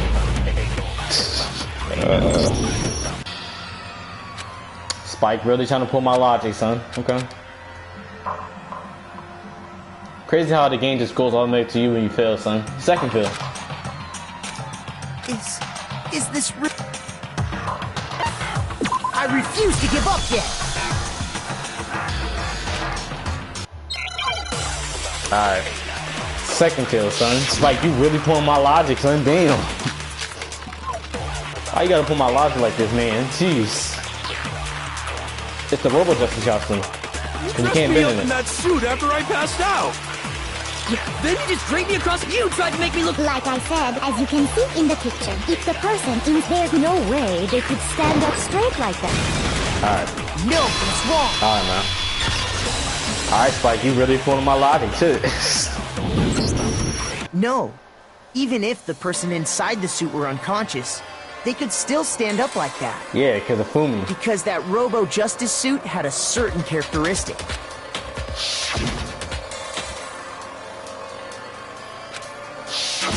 That's right! They totally made a mistake when they made it, so it couldn't bend at the waist. I'm not so sure that was a mistake. I think the suit was designed from the beginning to be used the way it was. Oh, look at her face! What about malfunctioning? Celeste and Hifumi took the suit they'd specially designed and stuffed Hiro into it. That's how they were able to fake that whole thing. I've been called it was fake from the beginning with two possibilities in my head. The point of it all was to make us believe whoever was in the suit was to blame. She malfunctioning. Well then, I suppose this is checkmate. Checkmate? Uh-oh. This voice actor, son. Here it comes. Here it comes. Here it comes, bro! Show your true self. Don't make me laugh, you idiot! What do you mean, checkmate? Celeste? Here she comes. Clearly! You want to cram me into your little guilty box? Well, there's one little problem. Have you already forgotten what Hifumi told us as he lay dying? He said, Yashihiro, princess. Why you snapping? Jeez. Calm down. Hey, Fumi, who was it? Who attacked you? Who tried to kill you? Yashihiro. But it wasn't him. When we asked him who had attacked him, his answer was quite clear. Yo, the voice actor for Celeste did a good job, son. Good props to him or her. He said, and I quote, Yasuhiro. Really? In other words, Yasuhiro Hagakure! Right! But my name isn't really Yasuhiro! It's actually Taro! Lying. Your confusing statements don't make any sense. You're only making things more complicated. You're such a high ass up, He bro. did say Yasuhiro, but are we sure he was really pointing the finger at Hiro? Yeah, because I'm pretty sure the cops were right out on the quote-unquote person that's behind all this after they try to kill him. What the hell are you talking about? I'll burn you alive! See, I told you, dog. Girls like her are just himideris. If y'all know what if y'all don't know what a himideri is, search it up on your phone. Y'all see what I mean? She's basically just a princess that shows no royalty in a sense, or maybe she does. We'll see. Kyoko, what do you mean by that? Yeah, what do you mean, girl? Think back to how Hifumi used to talk to us. How did he refer to each of us? He said people's last names. I got it! I got good That's memory, right! bro. Our last names! He called us all by our last names! But for Yasuhiro, he called him by his first name. Exactly. I know I heard him say Mr. Naegi more than once, for example. Crazy how being an observer pays off, son. Life lesson. So if Hifumi did mean to say Hiro's name, he would have said his last name, Hagakure. I'm sure it was just incidental. By chance, his first name. I mean, he did say at the beginning that you was rapping about a lie, so Celeste Lunenberg isn't your real name. Indecent? Don't talk. Random chance. Now isn't that a convenient explanation? Sure is indeed, girl. No. There's no reason to think he would have said the name any different than normal. But he must have run out of energy before he could say any more. So Hifumi was trying to tell us the last name of whoever killed him? And that's Celeste. But the name he whose said name is doesn't fake. apply to anyone here. Nah, it does. No.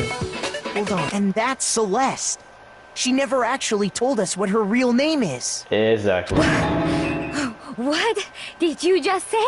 That Celeste Lunenberg is your real name, bitch. To think you'd take your false accusation so far, I don't know whether to laugh or spit! Do both. Come on! Enough with your idiotic blather! Yasuhiro is a loser's name! Do I look like a loser to you? Oh my god, I'm enjoying this. Huh? Do I? No, you don't. What? I think I've earned the right to be a little on edge. Okay, then fill us in. What's your real name? Exactly. What's your real name, girl? Make sure your ear holes are wide open and listen up! Gotcha, girl. Talk. My real name is Celestia Ludenberg. Could Is it you really? please stop making me repeat myself over and over again? Yeah, she won't give up. She ain't going down without a fight, girl. She's not gonna go down. Celeste Ludenberg can't be her real name. Yes, eat handbook. Bro, this class trial is interesting as hell. Fumi was trying to tell us something. He wanted us to know the killer's last name. Yasuhiro. If there's one person here who might have that last name, It would have to be you, Celeste. You haven't told anyone what your real name is. Exactly. how many times do I have to tell you? Celestia Ludenberg, god damn it! How long do you plan to go on pretending? I'm not pretending. It's the truth. And since you have no way to contradict me, Really? No, Show us your it's wrong. e-handbook then, girl. Really? You sure about that? So, robot is about to That's start it. malfunctioning, The good son. handbook. what? Anytime you turn your handbook on, it shows the owner's name when it boots Exactly. up, right? And the fact that it's highlighted in yellow means that's important. Monokuma told us all about it before. It shows the owner's real name and identity. This handbook is absolutely vital to a healthy school life, so don't lose it. When you start it up, it will display your name. Always make sure you have the right one. Now, this is just your everyday notebook. It has so many more uses than that. Flashbacks to the prologue. So all we have to do is check her handbook, and that'll clear up everything. Exactly. That's how we can find out Celeste's real name. That's an invasion of privacy. I refuse to cooperate. Okay. Really? Celeste, can you please just tell us what really happened? That's not gonna happen, son. Please, just tell us. Why are you being sympathetic to her, towards her? Oh, she really about to do it? Even when I'm put in check, it's just my nature not to give up. Yep, because you're those from the gamer, never give up. Because until the game's over, you never know what might happen. Fine then. Let me settle it. I never close an argument? Let me go over the case again, Alright. from the beginning, and shed light on all your crimes. That you did. And that'll bring everything to an end. Alright, closing argument said robot is malfunctioning, son. Let's go. Alright, this closing argument look weird. Alright. It's kind of creepy. Yo, it's creepy that they're showing the bold nigga like this in the comics, son. Alright, anyway. So, Hifumi meets up with aka Celeste, the culprit. And then it stops right here, so... What's this? In this case, how did the killer recruit their accomplice? Was it the laptop? I think it was...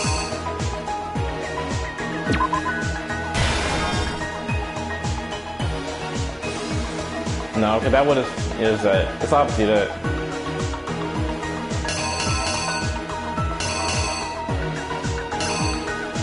If it was to Justin, then obviously, quote unquote, he listened, so it has to be done.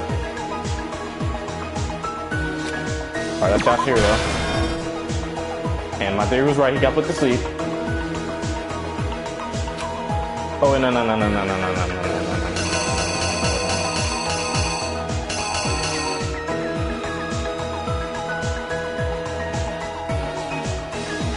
Wait, hold on.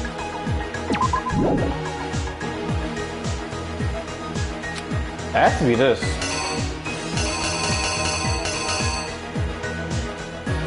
Bag of shit. What the fuck is that? Simply just talk to him.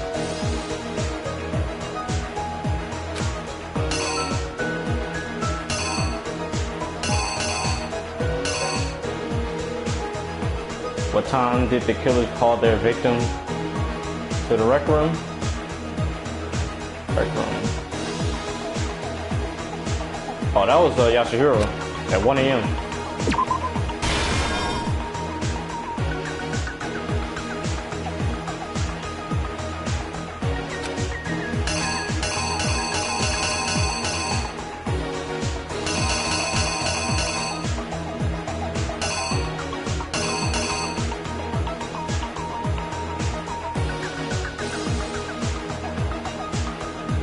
Whoa, this is confusing.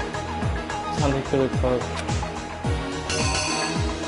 That's on his wristwatch though. And his is 6 a.m. and Taka didn't get called till like 6 a.m. I'm gonna do this.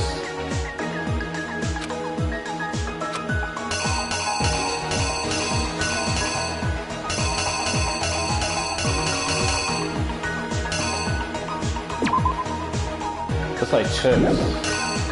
Hold on.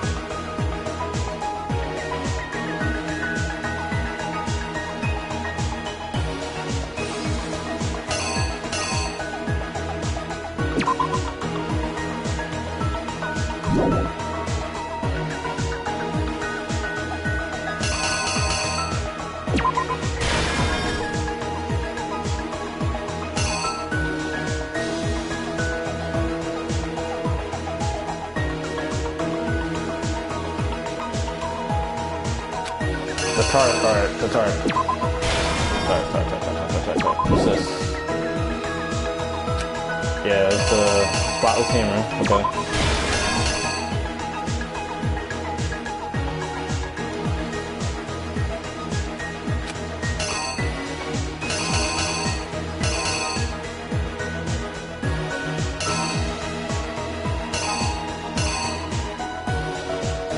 I forgot what hammer that was, bro. Hold up.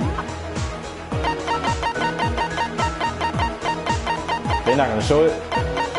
Damn, I forgot what hammer that was. 50 touch hammer 3?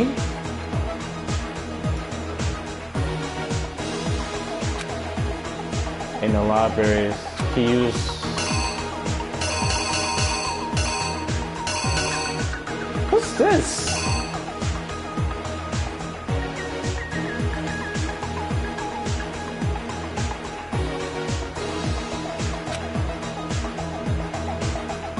Oh wait, no.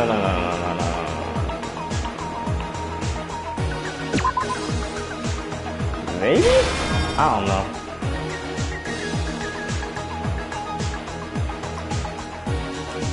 Yeah, it's that one. Alright, it's that one. And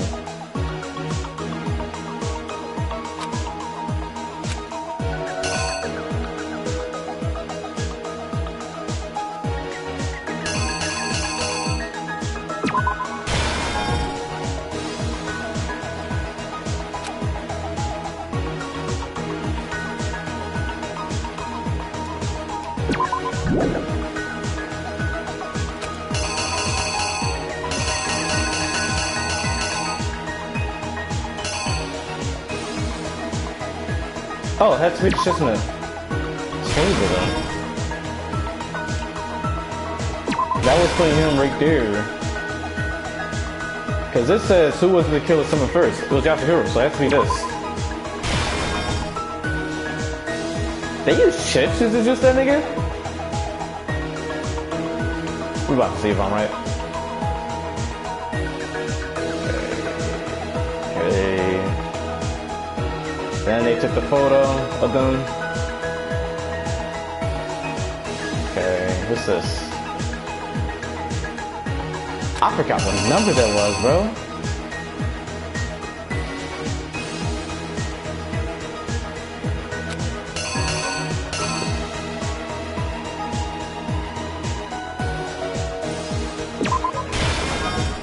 It has to be that. It's either 3 or 4, I think.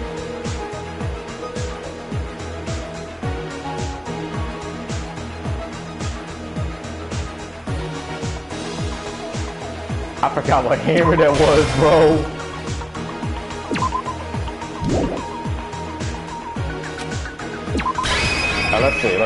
Let's see. I forgot what hammer that was, though. Alright.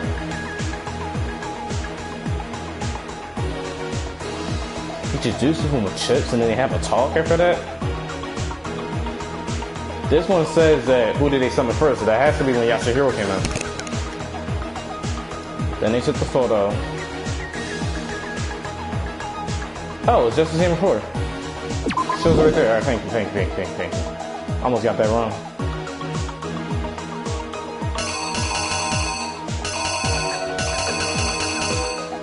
I almost got that wrong. Thank you. They showed it in the comment zone.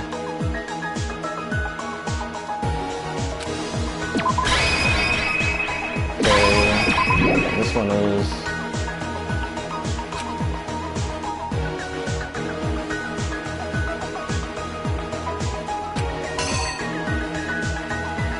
In the library. Oh, it's just the Justice Hammer. The Justice Hammer. The Justice Hammer. The Justice Hammer.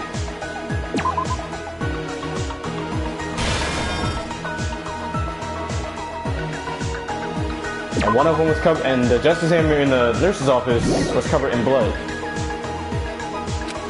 So it has to be this. Alright, let's see.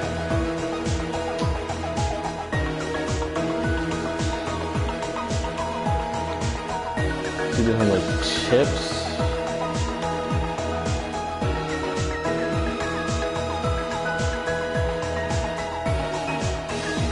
Crazy how Celeste and Fumi work together like this. I'm glad they showed that Justice Hammer in the comic because I would have got that wrong. Alright, Justice 4. And then there's this because this was spotless.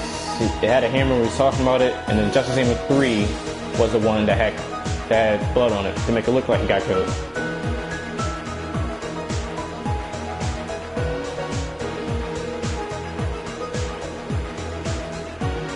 Alright, I think. Let me go through this one swoop one more time, then after that we'll see if I'm ready to present this. But I think I'm right.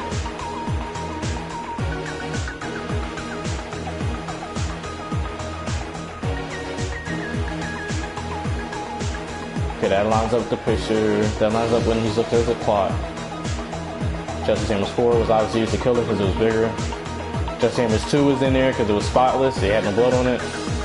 Justice Hammer 3 because there was blood on it when we first saw the Fumi's body in his office.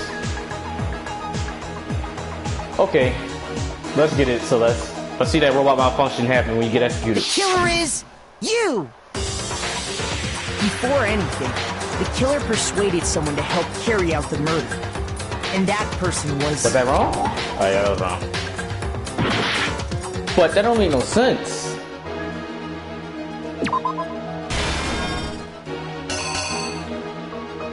Oh, that does make sense. That does make sense.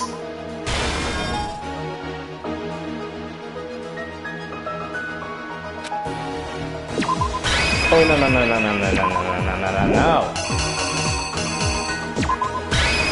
So that was right the first time. The killer is you. Before anything.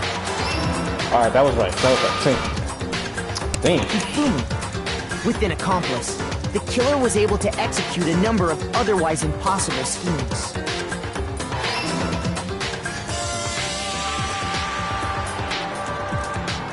First, they convinced someone to meet them in the rec room last night at 1 in the morning. That someone they met with was Hero. The murderous duo intended to pass Hero off as the prime suspect. So when they met up with him, they drugged him, knocked him out, and stuffed him into the Robo-Justice suit. Next, Hifumi positioned himself to make it look like Robo-Justice was attacking them, while the killer used a digital camera to take pictures of the assault. They did all this just to create evidence that would put the suspicion on Hero. When they were done with him, they shoved him, still unconscious, into the pool room locker.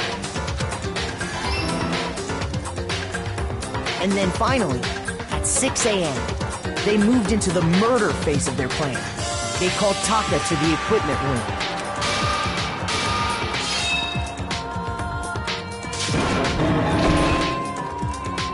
And that's where Hifumi killed him. The murder weapon was Justice Hammer 4, which was left there in the equipment room. The reason Hammer number 4 was used was to create confusion about the order of the crimes.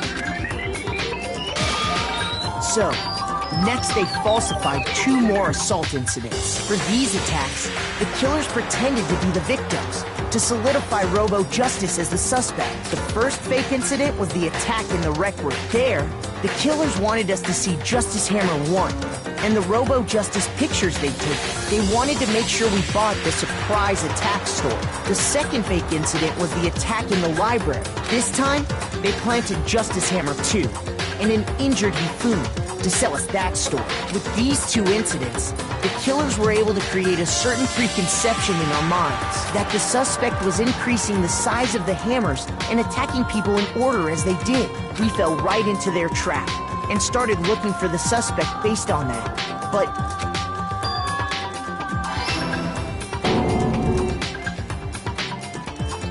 while we did that, we left Hifumi alone in the nurse's office. This was exactly what Hifumi was hoping for.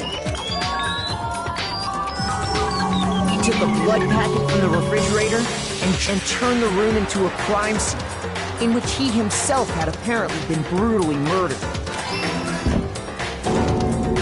He let out a scream to draw us back, and when we returned, that's what we found. Meanwhile, the other group that had been out searching found Taka's body at the same time. So when we heard the body discovery announcement, we naturally assumed it was for Hifumi.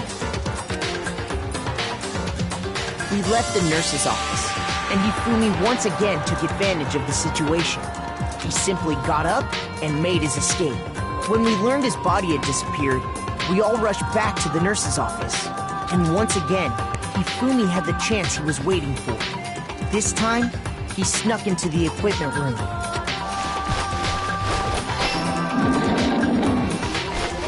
Alright, so many things I want to say about this murder, but I'll say it after this cut trial is over.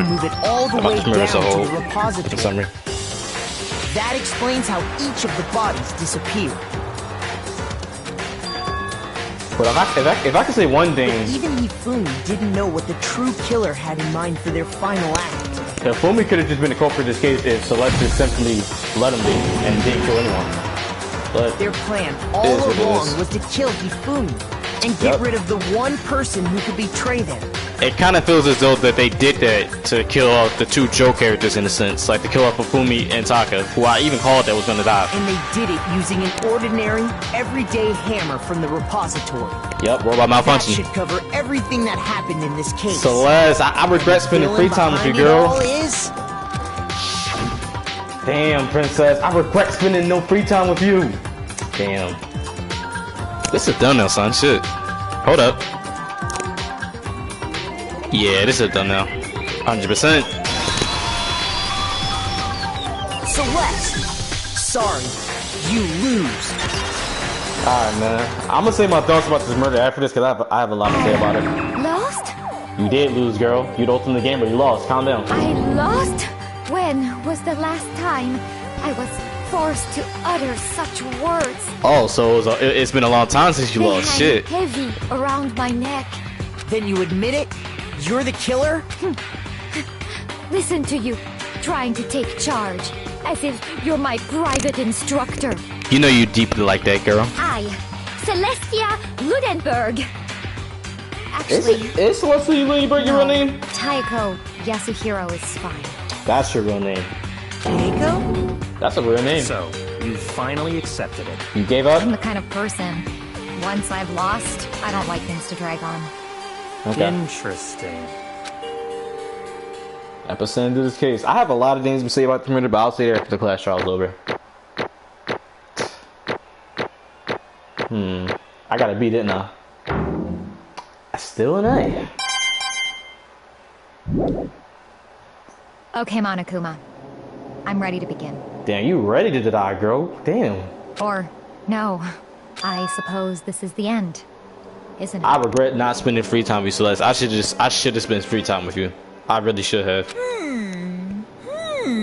It is indeed the moment we've all been waiting for. Time to vote. Okay?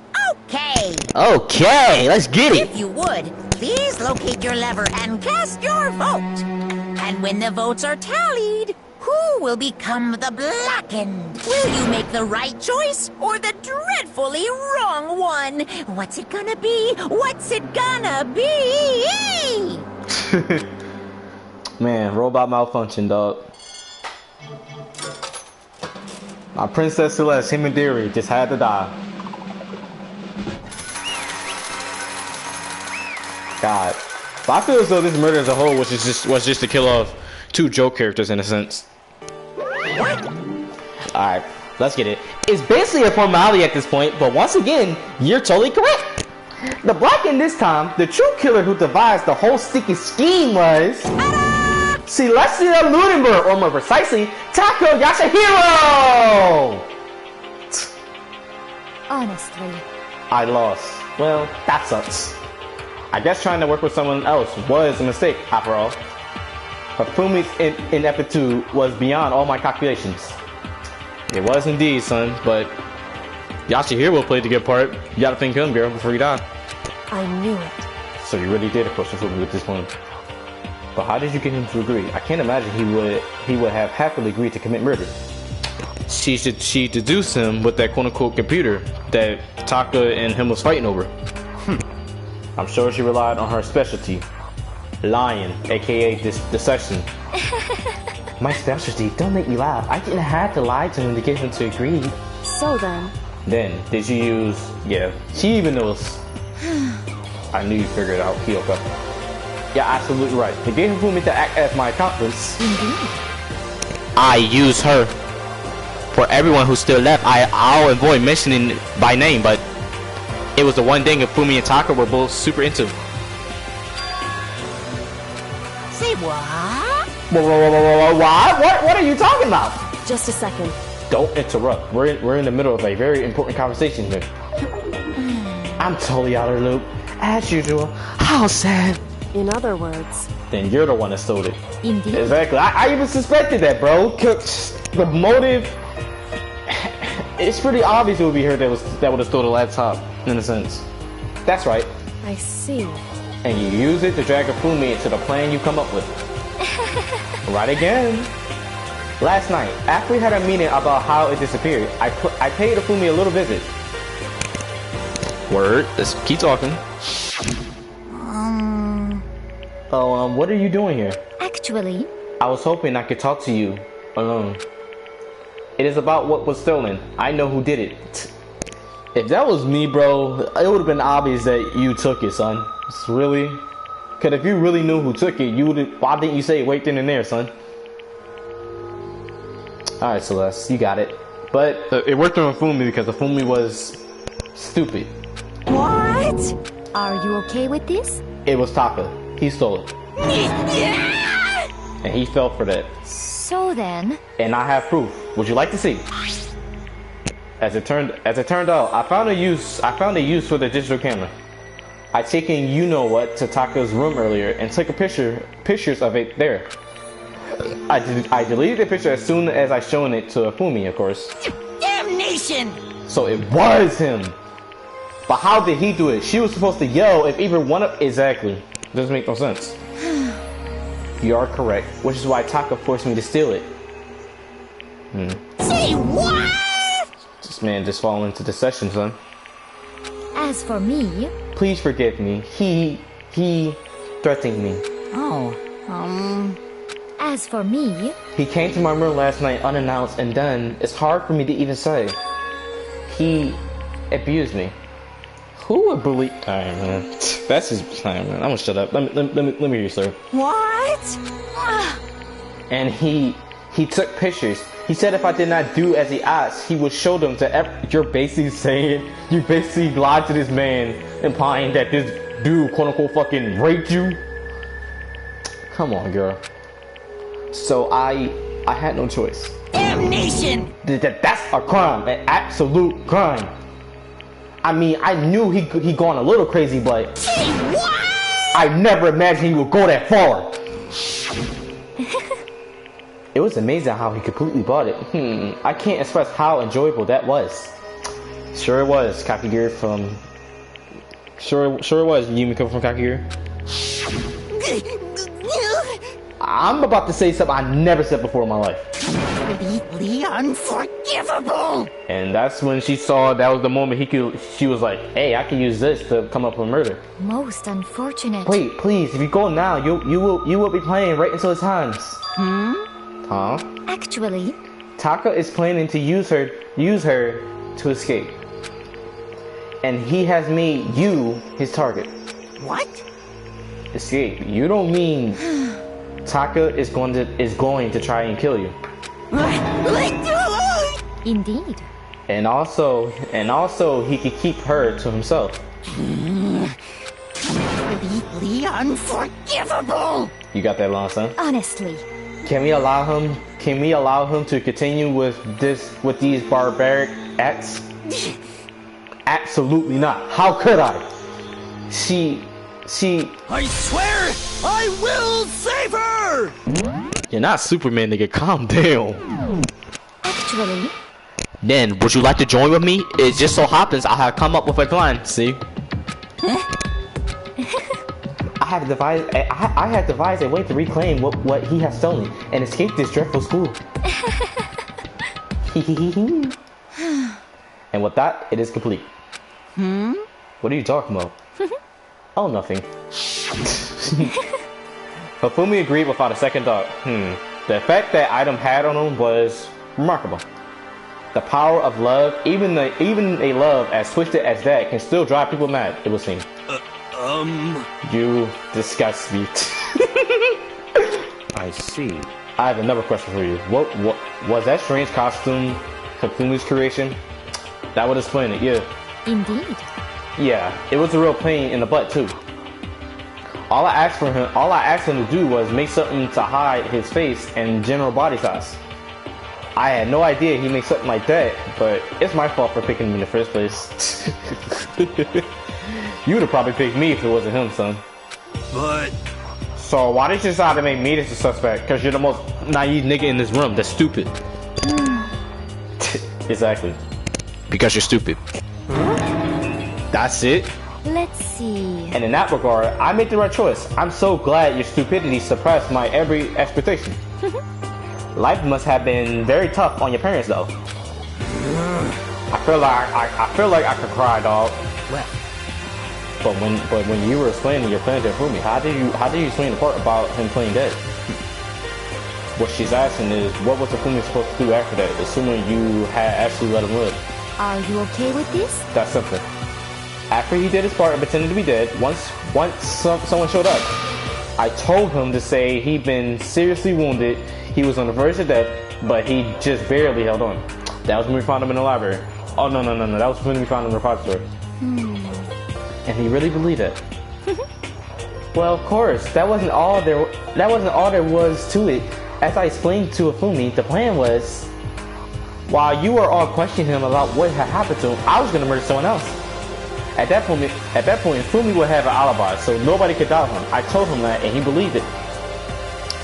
You're a good liar, I'll give you that. It all seems very straightforward. Stereotypical. I just matched the lie to the level of the opponent, in fact, and Hifumi ate it up. He believed the lie wholeheartedly, right up until the moment of his death.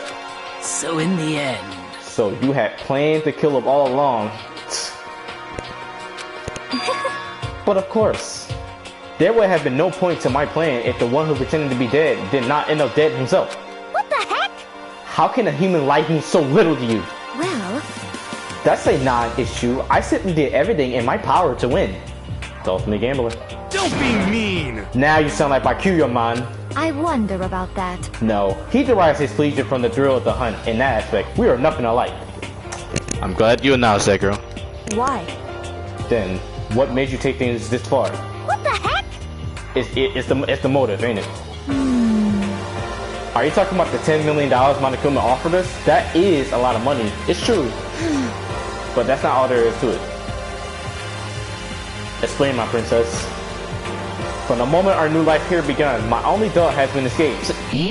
Didn't I literally say girls like you be the ones that we want to get out the most? I literally said that like 2 live streams ago, or last live stream. That you kept talking about that. People like that be the main ones that be wanting to escape, son.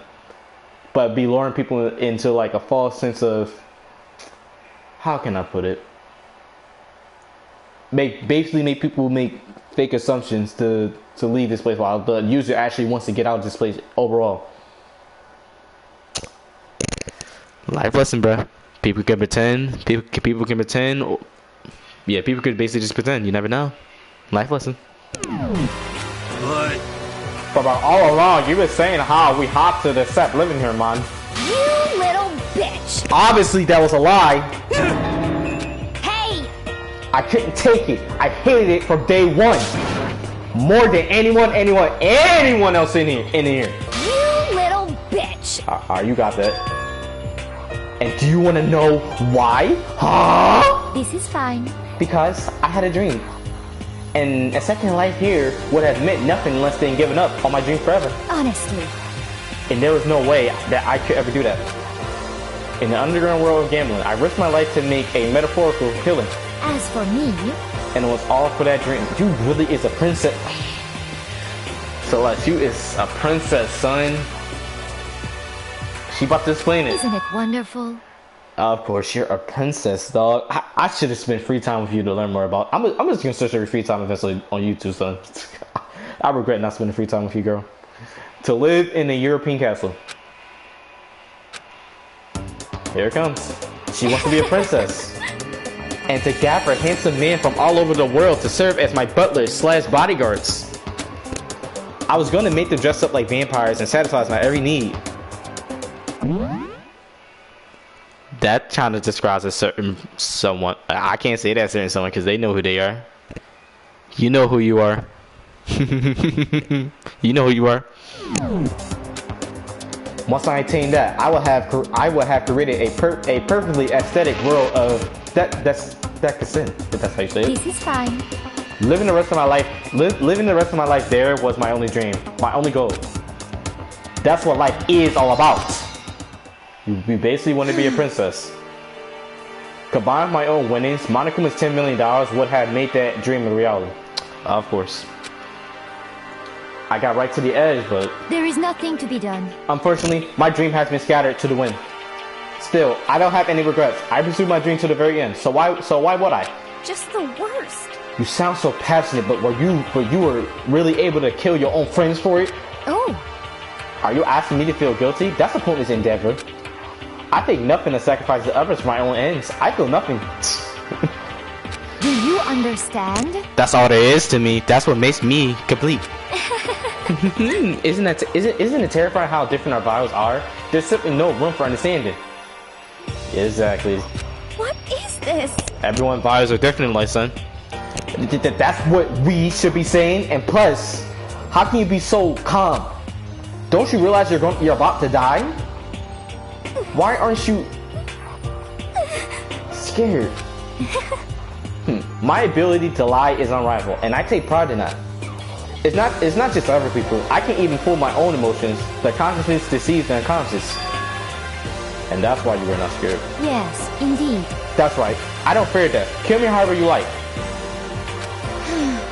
But you know, if I could be reincarnated, if I had a choice, then... Isn't it wonderful? I think I would like to come back as Mirai and Tony. And Tony. I be saying those. I probably said that wrong. Hey. You'll just get executed again. You mean when Madara gets reanimated in Naruto and gets executed in his real life form? Dude. But that's different though. That's different.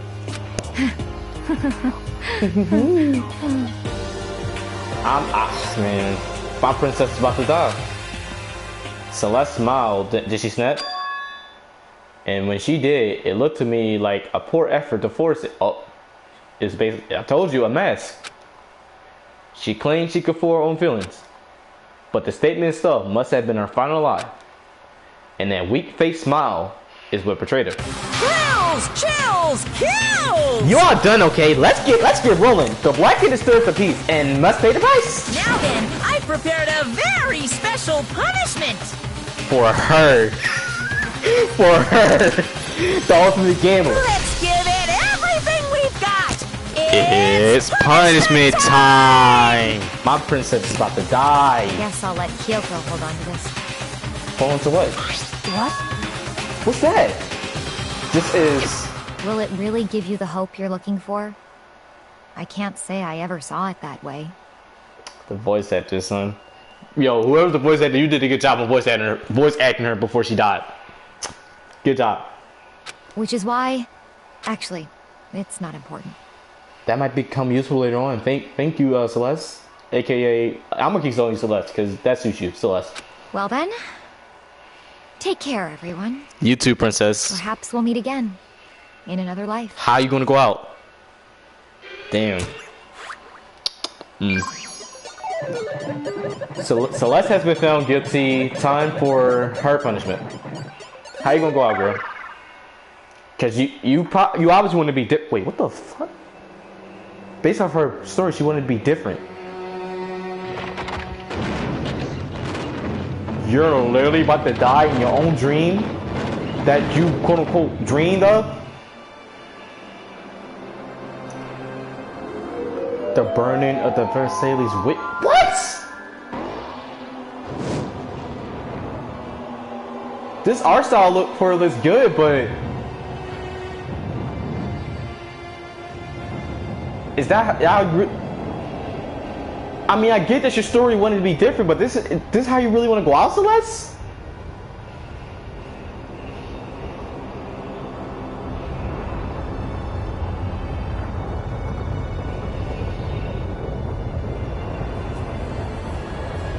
Y'all better not show me a face where she's actually smiling because of that. If y'all show me that, that's creepy. You're smiling at me. That's creepy, bro. That's creepy. That's creepy. That's creepy. No one in the verse of that would be smiling. That's creepy, girl.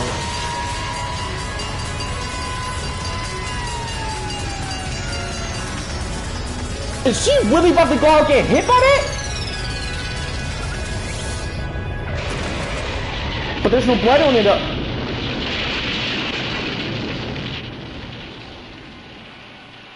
Dog, so let's really want to be dip. Alright, Monica, but that does not look right on you. Monica would make a good character for Fire Force or Super Smash Bros. Son.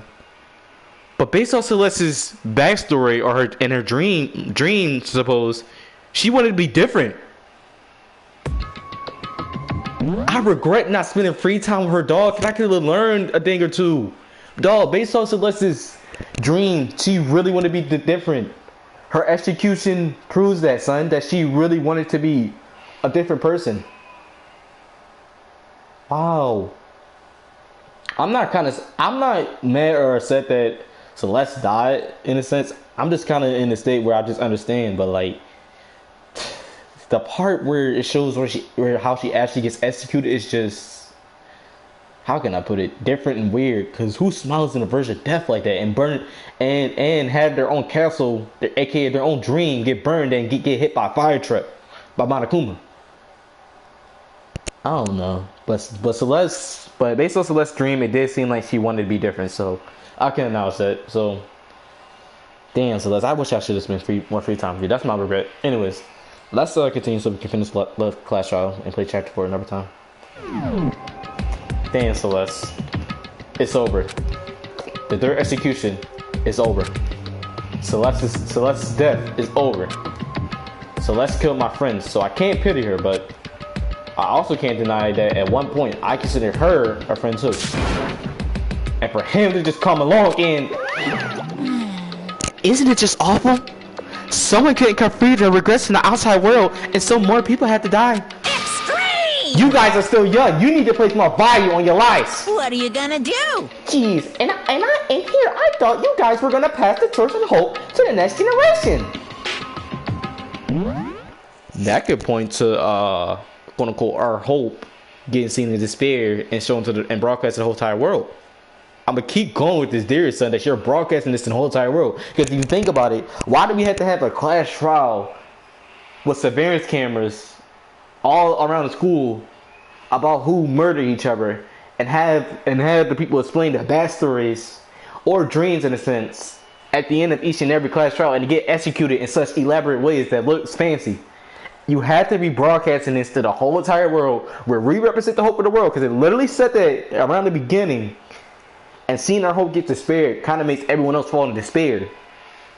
In other words, don't tell me the real mastermind or Monokuma is using some kind of brainwashing process. So when each time a viewer from the outside world sees what's going on at a school, they get brainwashed to turn into despair.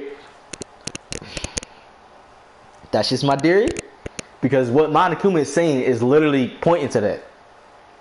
Each and every time. But we'll see at the end of the chapter, which I can't wait to get to, is right. I can't wait. I can't wait. I got 3 chapters left. Let me out of here! Do I care about hope? I'll throw in the trash if you just let me out of here, man.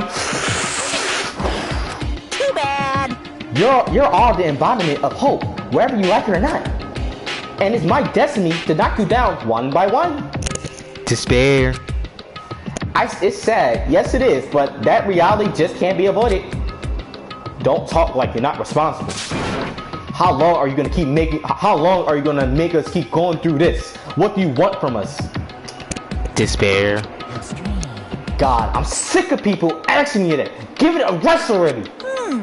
So anyway, Kyoko, did I see you get some kind of key type object from Celeste? Hey! So what's the deal with that?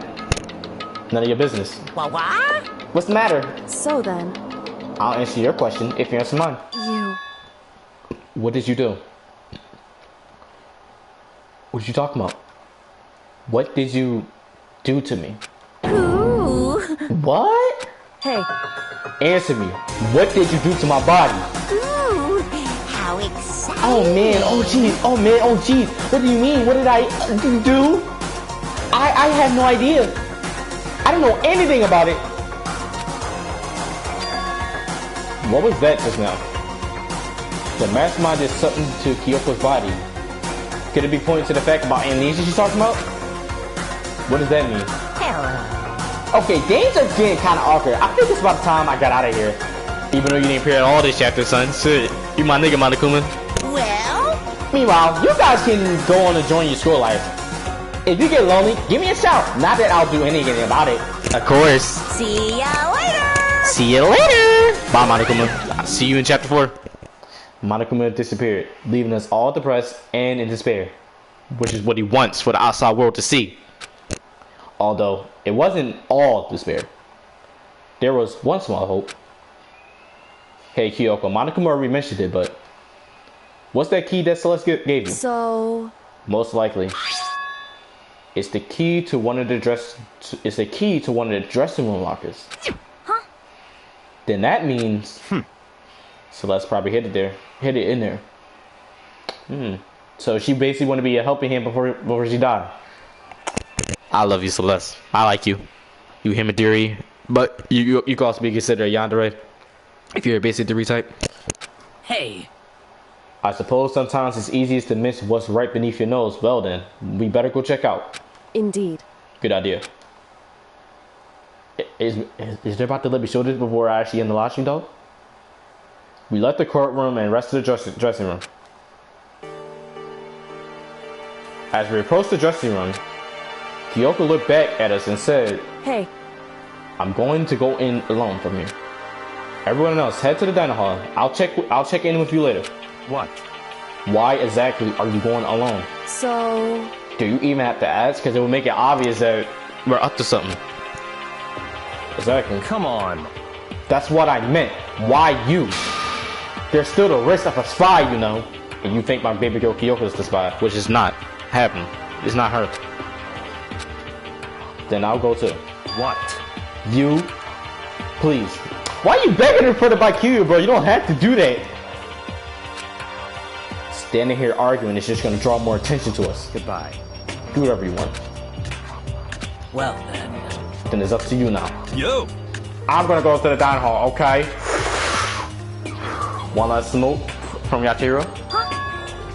So Makoto and Kyoko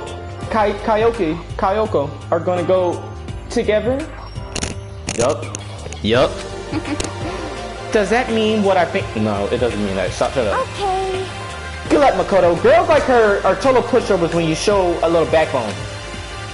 I tried to forget what Hina said. Everyone headed to the dining hall, leaving me and Kyoko there alone. Shall we go? Alright, what you about to show me? So then... We need to get into that locker. Kyoko took the key that Celeste had given her and unlocked the locker. And as the locker swung open, we saw Chihiro again.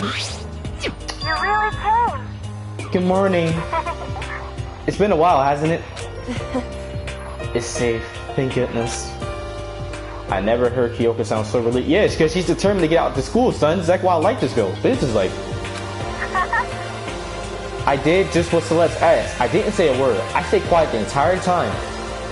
Good boy. Oh, and I think I might be able to open the last set of files soon. Maybe as early as tomorrow. I'm doing my best, so please wait just a while longer. Not only did Chihiro try to help us out in a sense, Celeste helped us out in a sense too by doing that. Alright. As far as this incident is concerned, sure, but can we take a second? Since we have this opportunity, I want you to be honest with me. Kyoko, please tell me, what are you trying to do all on your own here at the school? She's the ultimate detective, bro. She's obviously trying to solve the case of this murder. You... Is that why you wanted to come here with me? However... Regardless, that's not something you need to know right now. I don't need to know. That just makes me even more worried. What? Worried?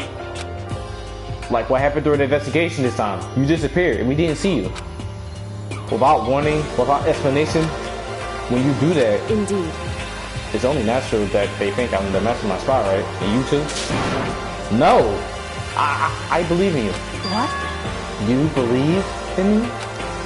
Isn't it obvious people believe in their friends, right? That's why I want you to tell me. Or are you being kind of manipulative? And I want you to believe in me too. Because we're friends. Really. I understand. It's true. Then maybe I can believe in you. Just a little bit more. Such a Kadiri, bro. Once you get closer to her, you'll see that she's a fairy character. That's fine. Fine. I'll tell you. I'll tell you why I've been disappearing and where I've been going. You see,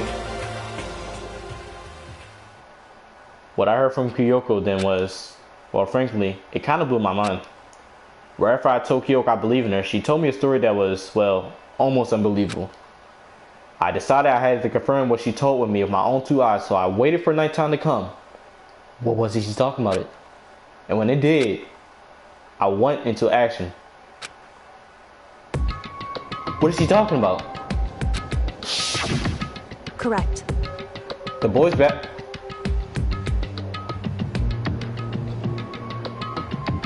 Dude, that was in the second chapter. When we investigated the boy's back from the second floor the first time, they didn't say nothing about it, son. Anyways, the boy's bathroom on the second floor doesn't have a surveillance camera or monitor in it. Are you saying that could be a good place for like a secret room or like a secret place? And then the store car is there, way in the back.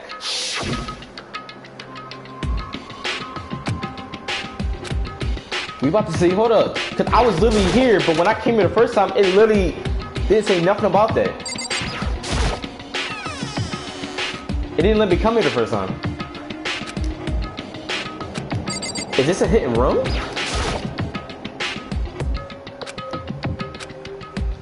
Without thinking, I placed my hand on the back of the storage closet, and suddenly, as if I was being yanked in, it's a secret room.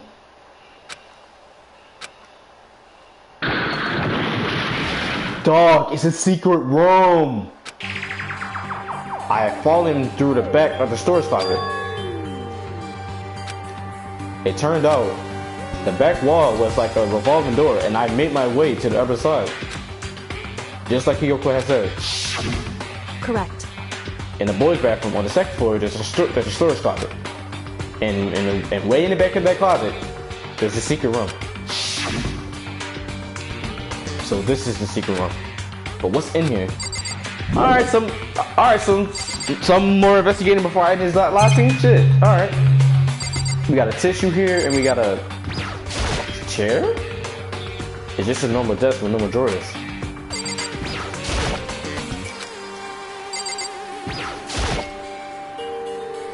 There's a bunch of files and look like volume after volume of yearbooks. They're all covered in dust, which means it's old. Looking at everything, one file at the edge of the bookshelf caught my eye. Host Peak Academy student registry? Word! This is the only thing in here not covered in dust. This means this was used. And it has to be Kyoko. I slipped the file into my hand. But before I had the chance to take a look at it, a slip of paper fell out of the file and I turned my attention to it. That's kind of a creepy message, son. Oh, that's a good idea, because if you leave, that's going to make the bad boy's bathroom a suspicious place for Monokuma. That's kind of weird. I can understand if it said, I can't leave, but you must not leave. What is this? My head feels funny. Just strange sensation. Are you about to pass out? It's like deja vu. Those words. You must not leave. I've seen them somewhere before. But I can't quite remember. Amnesia! What do I know? What don't I know? What?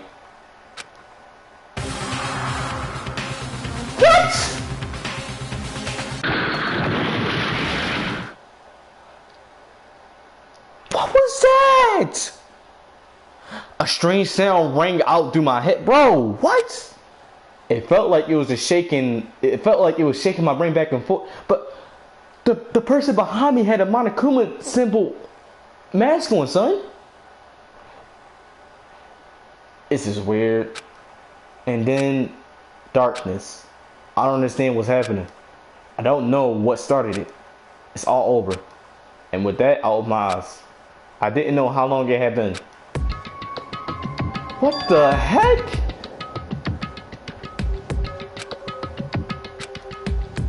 Apparently something hit me and I lost consciousness.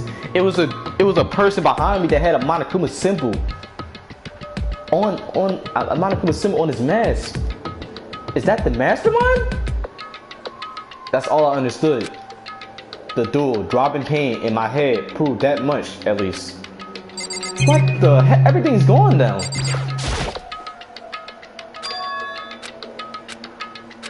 Yeah, all of it's gone. Yeah, you got amnesia, bro. You can't remember anything. Alright, go back to your grissom. That was weird. Was that the mastermind that attacked me? My body was heavy with pain. My mind heavy with thought. I dragged myself back toward my room.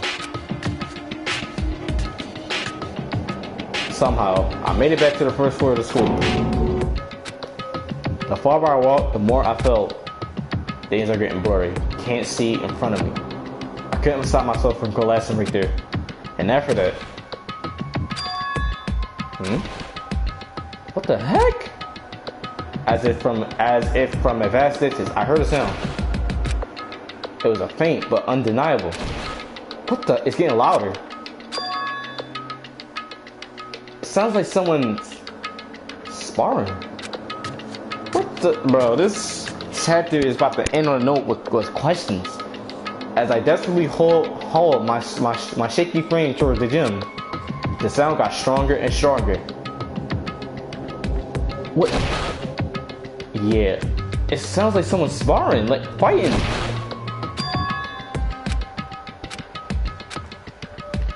What's in this, young dog? I need to see this. What is this? I didn't make a sound as I opened the door to the gym. The sounds coming from inside, meanwhile, only intensified that much more. Damn. Alright, stop, bro. It's getting annoying. Sakura sparring Monokuma? What the heck? Before me, there raged a battle beyond anything humanly possible. Sakura's eye is literally lit up, son. Wait, hold on. Let me, hold up. No, one side's not human, that's for sure, but regardless, I couldn't stop staring. I forgot to move or even breathe. Why, you? What do you think you're doing? What are you talking about, bro? I asked you a question. What's the meaning of this? Was Sakura the actual quote-unquote spy this entire time? How dare you defy me? This wasn't part of the deal! You have to, Sakura has to be the spy behind all this, son. But it seems like now she's fighting back based on what Monokuma's saying. The deal. Exactly. I've made a decision. I will no longer retreat. No longer compromise. No longer regret. I've made my decision. I'm going to resist you. Word. Okay. I like how you said, okay. But you do realize what will happen if you go through with this, right? You haven't forgotten, have you? What I'm holding hostage? What are you talking about? That's exactly what I'm saying, dog. A hostage? Then could it be the mastermind spy is Sakura? That ends this chapter on a note, son. We'll get to these question marks in my head that I'm gonna be thinking about while I'm not playing this game. But overall, damn, 3 people died. Hifumi died, Celeste died, who was the princess I regret not spending this free time with, and Taka. That really ends the chapter on a cliffhanger. Damn. Sakura being the spy this entire time? We'll see in chapter 4, but this really leaves questions about, I don't know, probably either the whole series as a whole or the next chapter in general. Will this scene prove as to whether or not Sakura will be killed in a sense? I don't know. That's just me probably just for analyzing. Yeah, save that. Alright. Until next time, we'll come back to this. This was... Alright, man. This is an interesting class trial indeed. But the class trial and the murder itself... No. The murder itself was simple in my head. But the game tried to make it all confusing with the sequence of events. But it will obviously point to Celeste being the killer the entire time if you really just look at her quote-unquote actions. And the funny thing is about this class trial as a whole is that Celeste could have simply just, you know, let Hifumi just kill Taka and he could just get executed, but I guess they just want to create this double murder to kill off, in my theory, 2 useless characters or just, yeah, basically useless characters in a sense, like Hifumi and Taka. But Celeste ain't the useless part though, she's a princess that wanted to die a different way. Anyways, so. Did I save it? Now let me save it here. Again. Alright, this is chapter 4. That's chapter 4 this time. But that ending leaves a question mark, son. But overall, this murder was simple. Even though it was convoluted in a sense, but it was really simple in my head this entire time. But Celeste's execution though, just still hits me, son. She basically wanted to be a girl that was quote unquote different from everyone else. In a sense, she just wanted to be a princess. I'm kind of feeling sad that Celeste died, dog. But what the princess recipe is, I'll see you soon.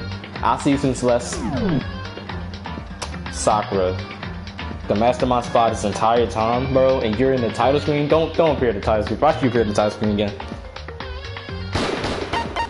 But this was a good chapter, so I can't wait to play chapter 4 and the last remaining chapters of this game. Can't wait.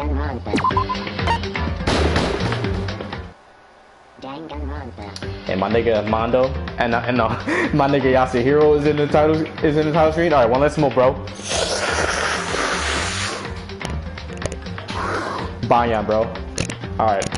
So next time, well, y'all already know the drill. See ya.